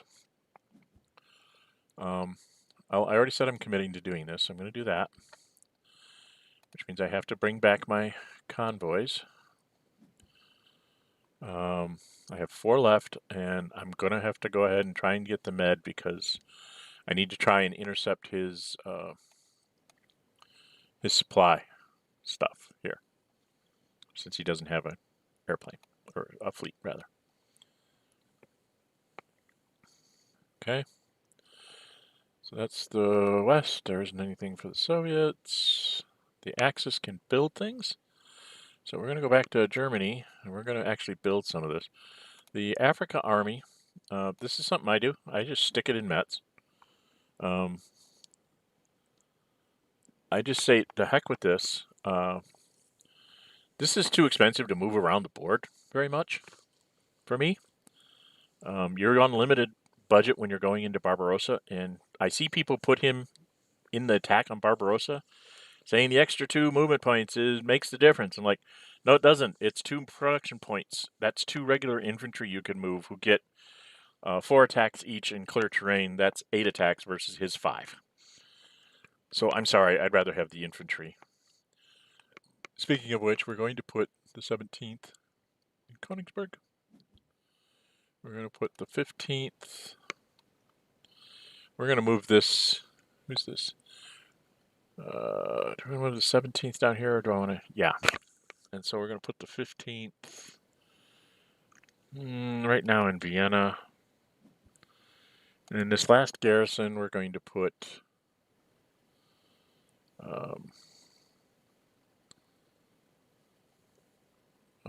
I don't know, Dusseldorf maybe? Bremen? I'll put them in Bremen for now. And that leaves me 5 for the Diplomacy Cup. The idea here is that I want to get, when I do the strategic movement and take this armored and put him on the Eastern Front, this garrison will move into Cherbourg. This garrison is here in case somehow the Netherlands becomes allied. Then between this guy and this guy, I can capture this and move a guy into this space and kind of pretty much keep my west wall intact. I do have an extra garrison up here, so that's to try and foil on Operation Northern Lights, or whatever you want to call it, if he comes invading to the north. Got to guard Trondheim and Stavanger, like I discussed earlier.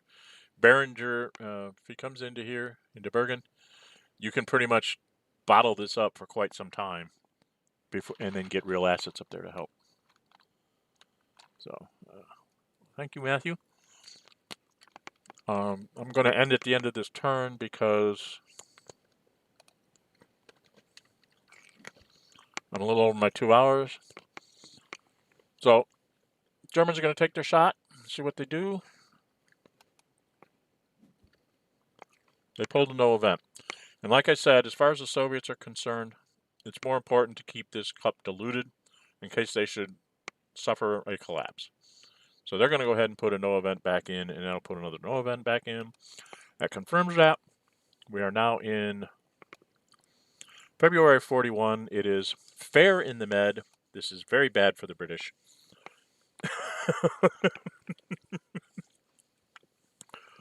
Fair in the Mediterranean was the one thing I didn't want to see. It is a 1 in 6, just to give you, in December through February, it is a 1 in 6 that you get fair in December, January, or February in the warm zone, which is where the Med is.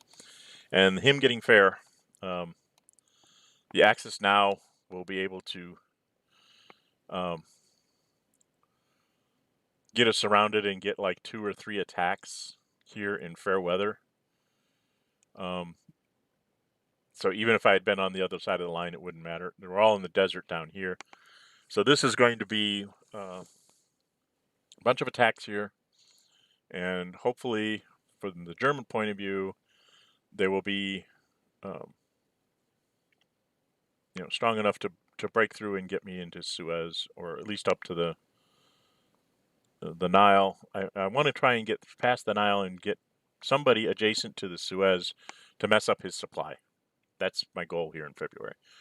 Then in March or April, I can finish this off and try and get a reinforcement over here to Basra. And then because it has to be a German that has to go over there. And then I can try to get this armored in this airplane back up here into the east. It's going to be a tight time window.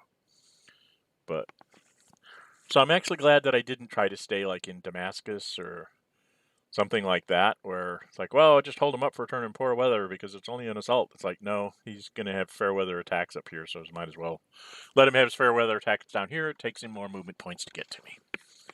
Okay, so that's that. We will pick up at the Declaration of War phase for February 1941 in Unconditional Surrender. This is, again, my little bit of commercialism that I have to do in order to try and keep this channel going.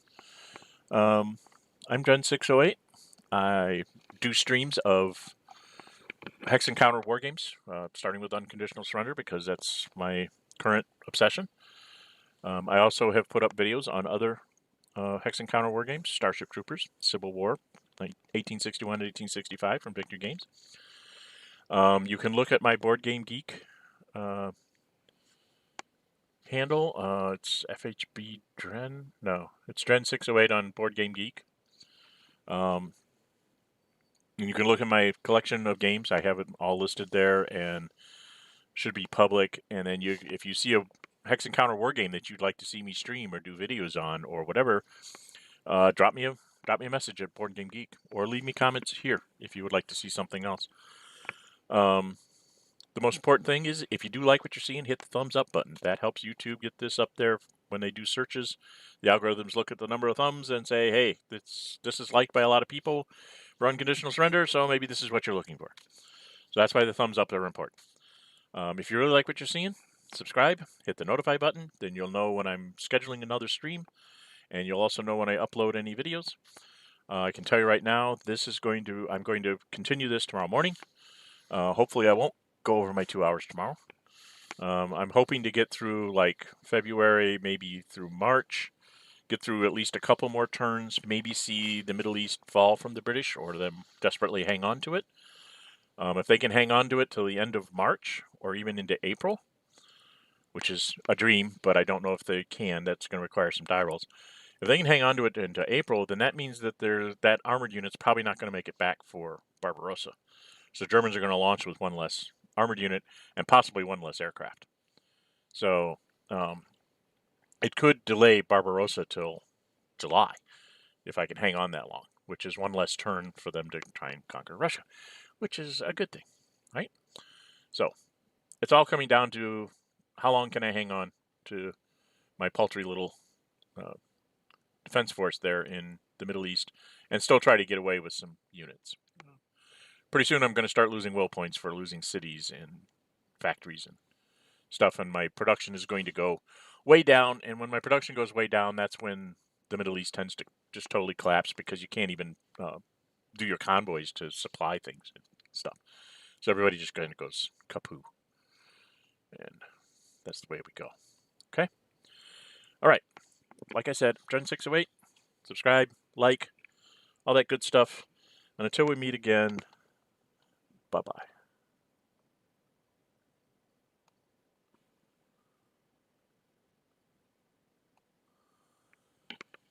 Oh, you played the Mediterranean scenario. Are there any time limits when running on BGA? Ran into an issue yesterday where the game said something like defeat. All players with a positive clock chose to abandon game.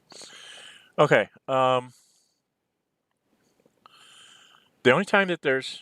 I'm not going to leave quite yet. Thomas just asked me a question. There's no time limit unless you're playing another player. then you usually have clocks, and you can set that when you set up the scenario or when they set up the scenario.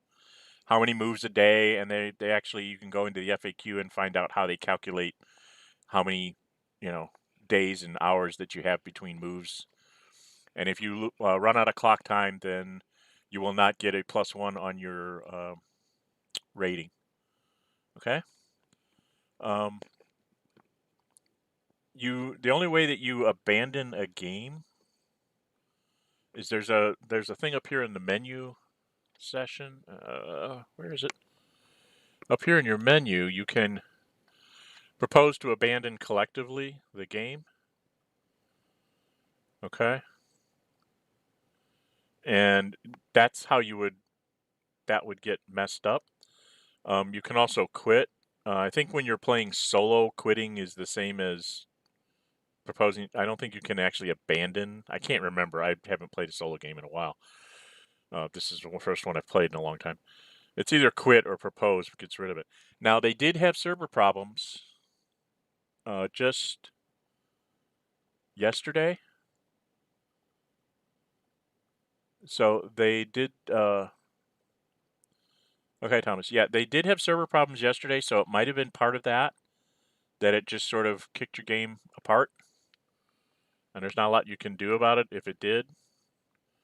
They were trying to say anybody that had time penalties, they were trying to make them not have time penalties, and that might have been sort of a byproduct that if you're in training mode, it just kind of forced the game to be abandoned. But normally you can only abandon it by selecting abandon up there. So I'm pretty sure that that's what happened to you. Is it something with the server just kind of went and decided to abandon the game on you? I do think that you are in training mode. I do think if you haven't done anything in a few days, that it may just assume that you've abandoned the game and it just marks it off to save space on the server. So unless you were, if it's something like you set aside, like this one of the reasons why I'm doing streams a little bit faster is because if I don't do action on here, I run the risk of this just being removed as somebody abandoned this game and we don't need it taking up space in our server, which, makes perfect sense. If somebody hasn't touched a game in a while, a couple weeks, you're like, it probably needs to just be gotten rid of because it's not somebody playing somebody else, it's somebody playing solo. If it's one player, training mode, and they haven't touched it in 2 weeks, maybe it should be just removed from the server. So, and then that might have been what happened to you too. I don't know. Yeah, if you were playing it yesterday, it's very likely that you got caught up in the whole, they said that their server was acting up and they weren't sure what was going on. They did go back and try to find anybody that got like time penalties because they couldn't make their move on time, that they canceled any penalties that they had, and you shouldn't have been able to, force a resignation or anything like that. So, anyway, as I was saying before, Dren608, like, subscribe, and I will, till we meet again. Bye-bye.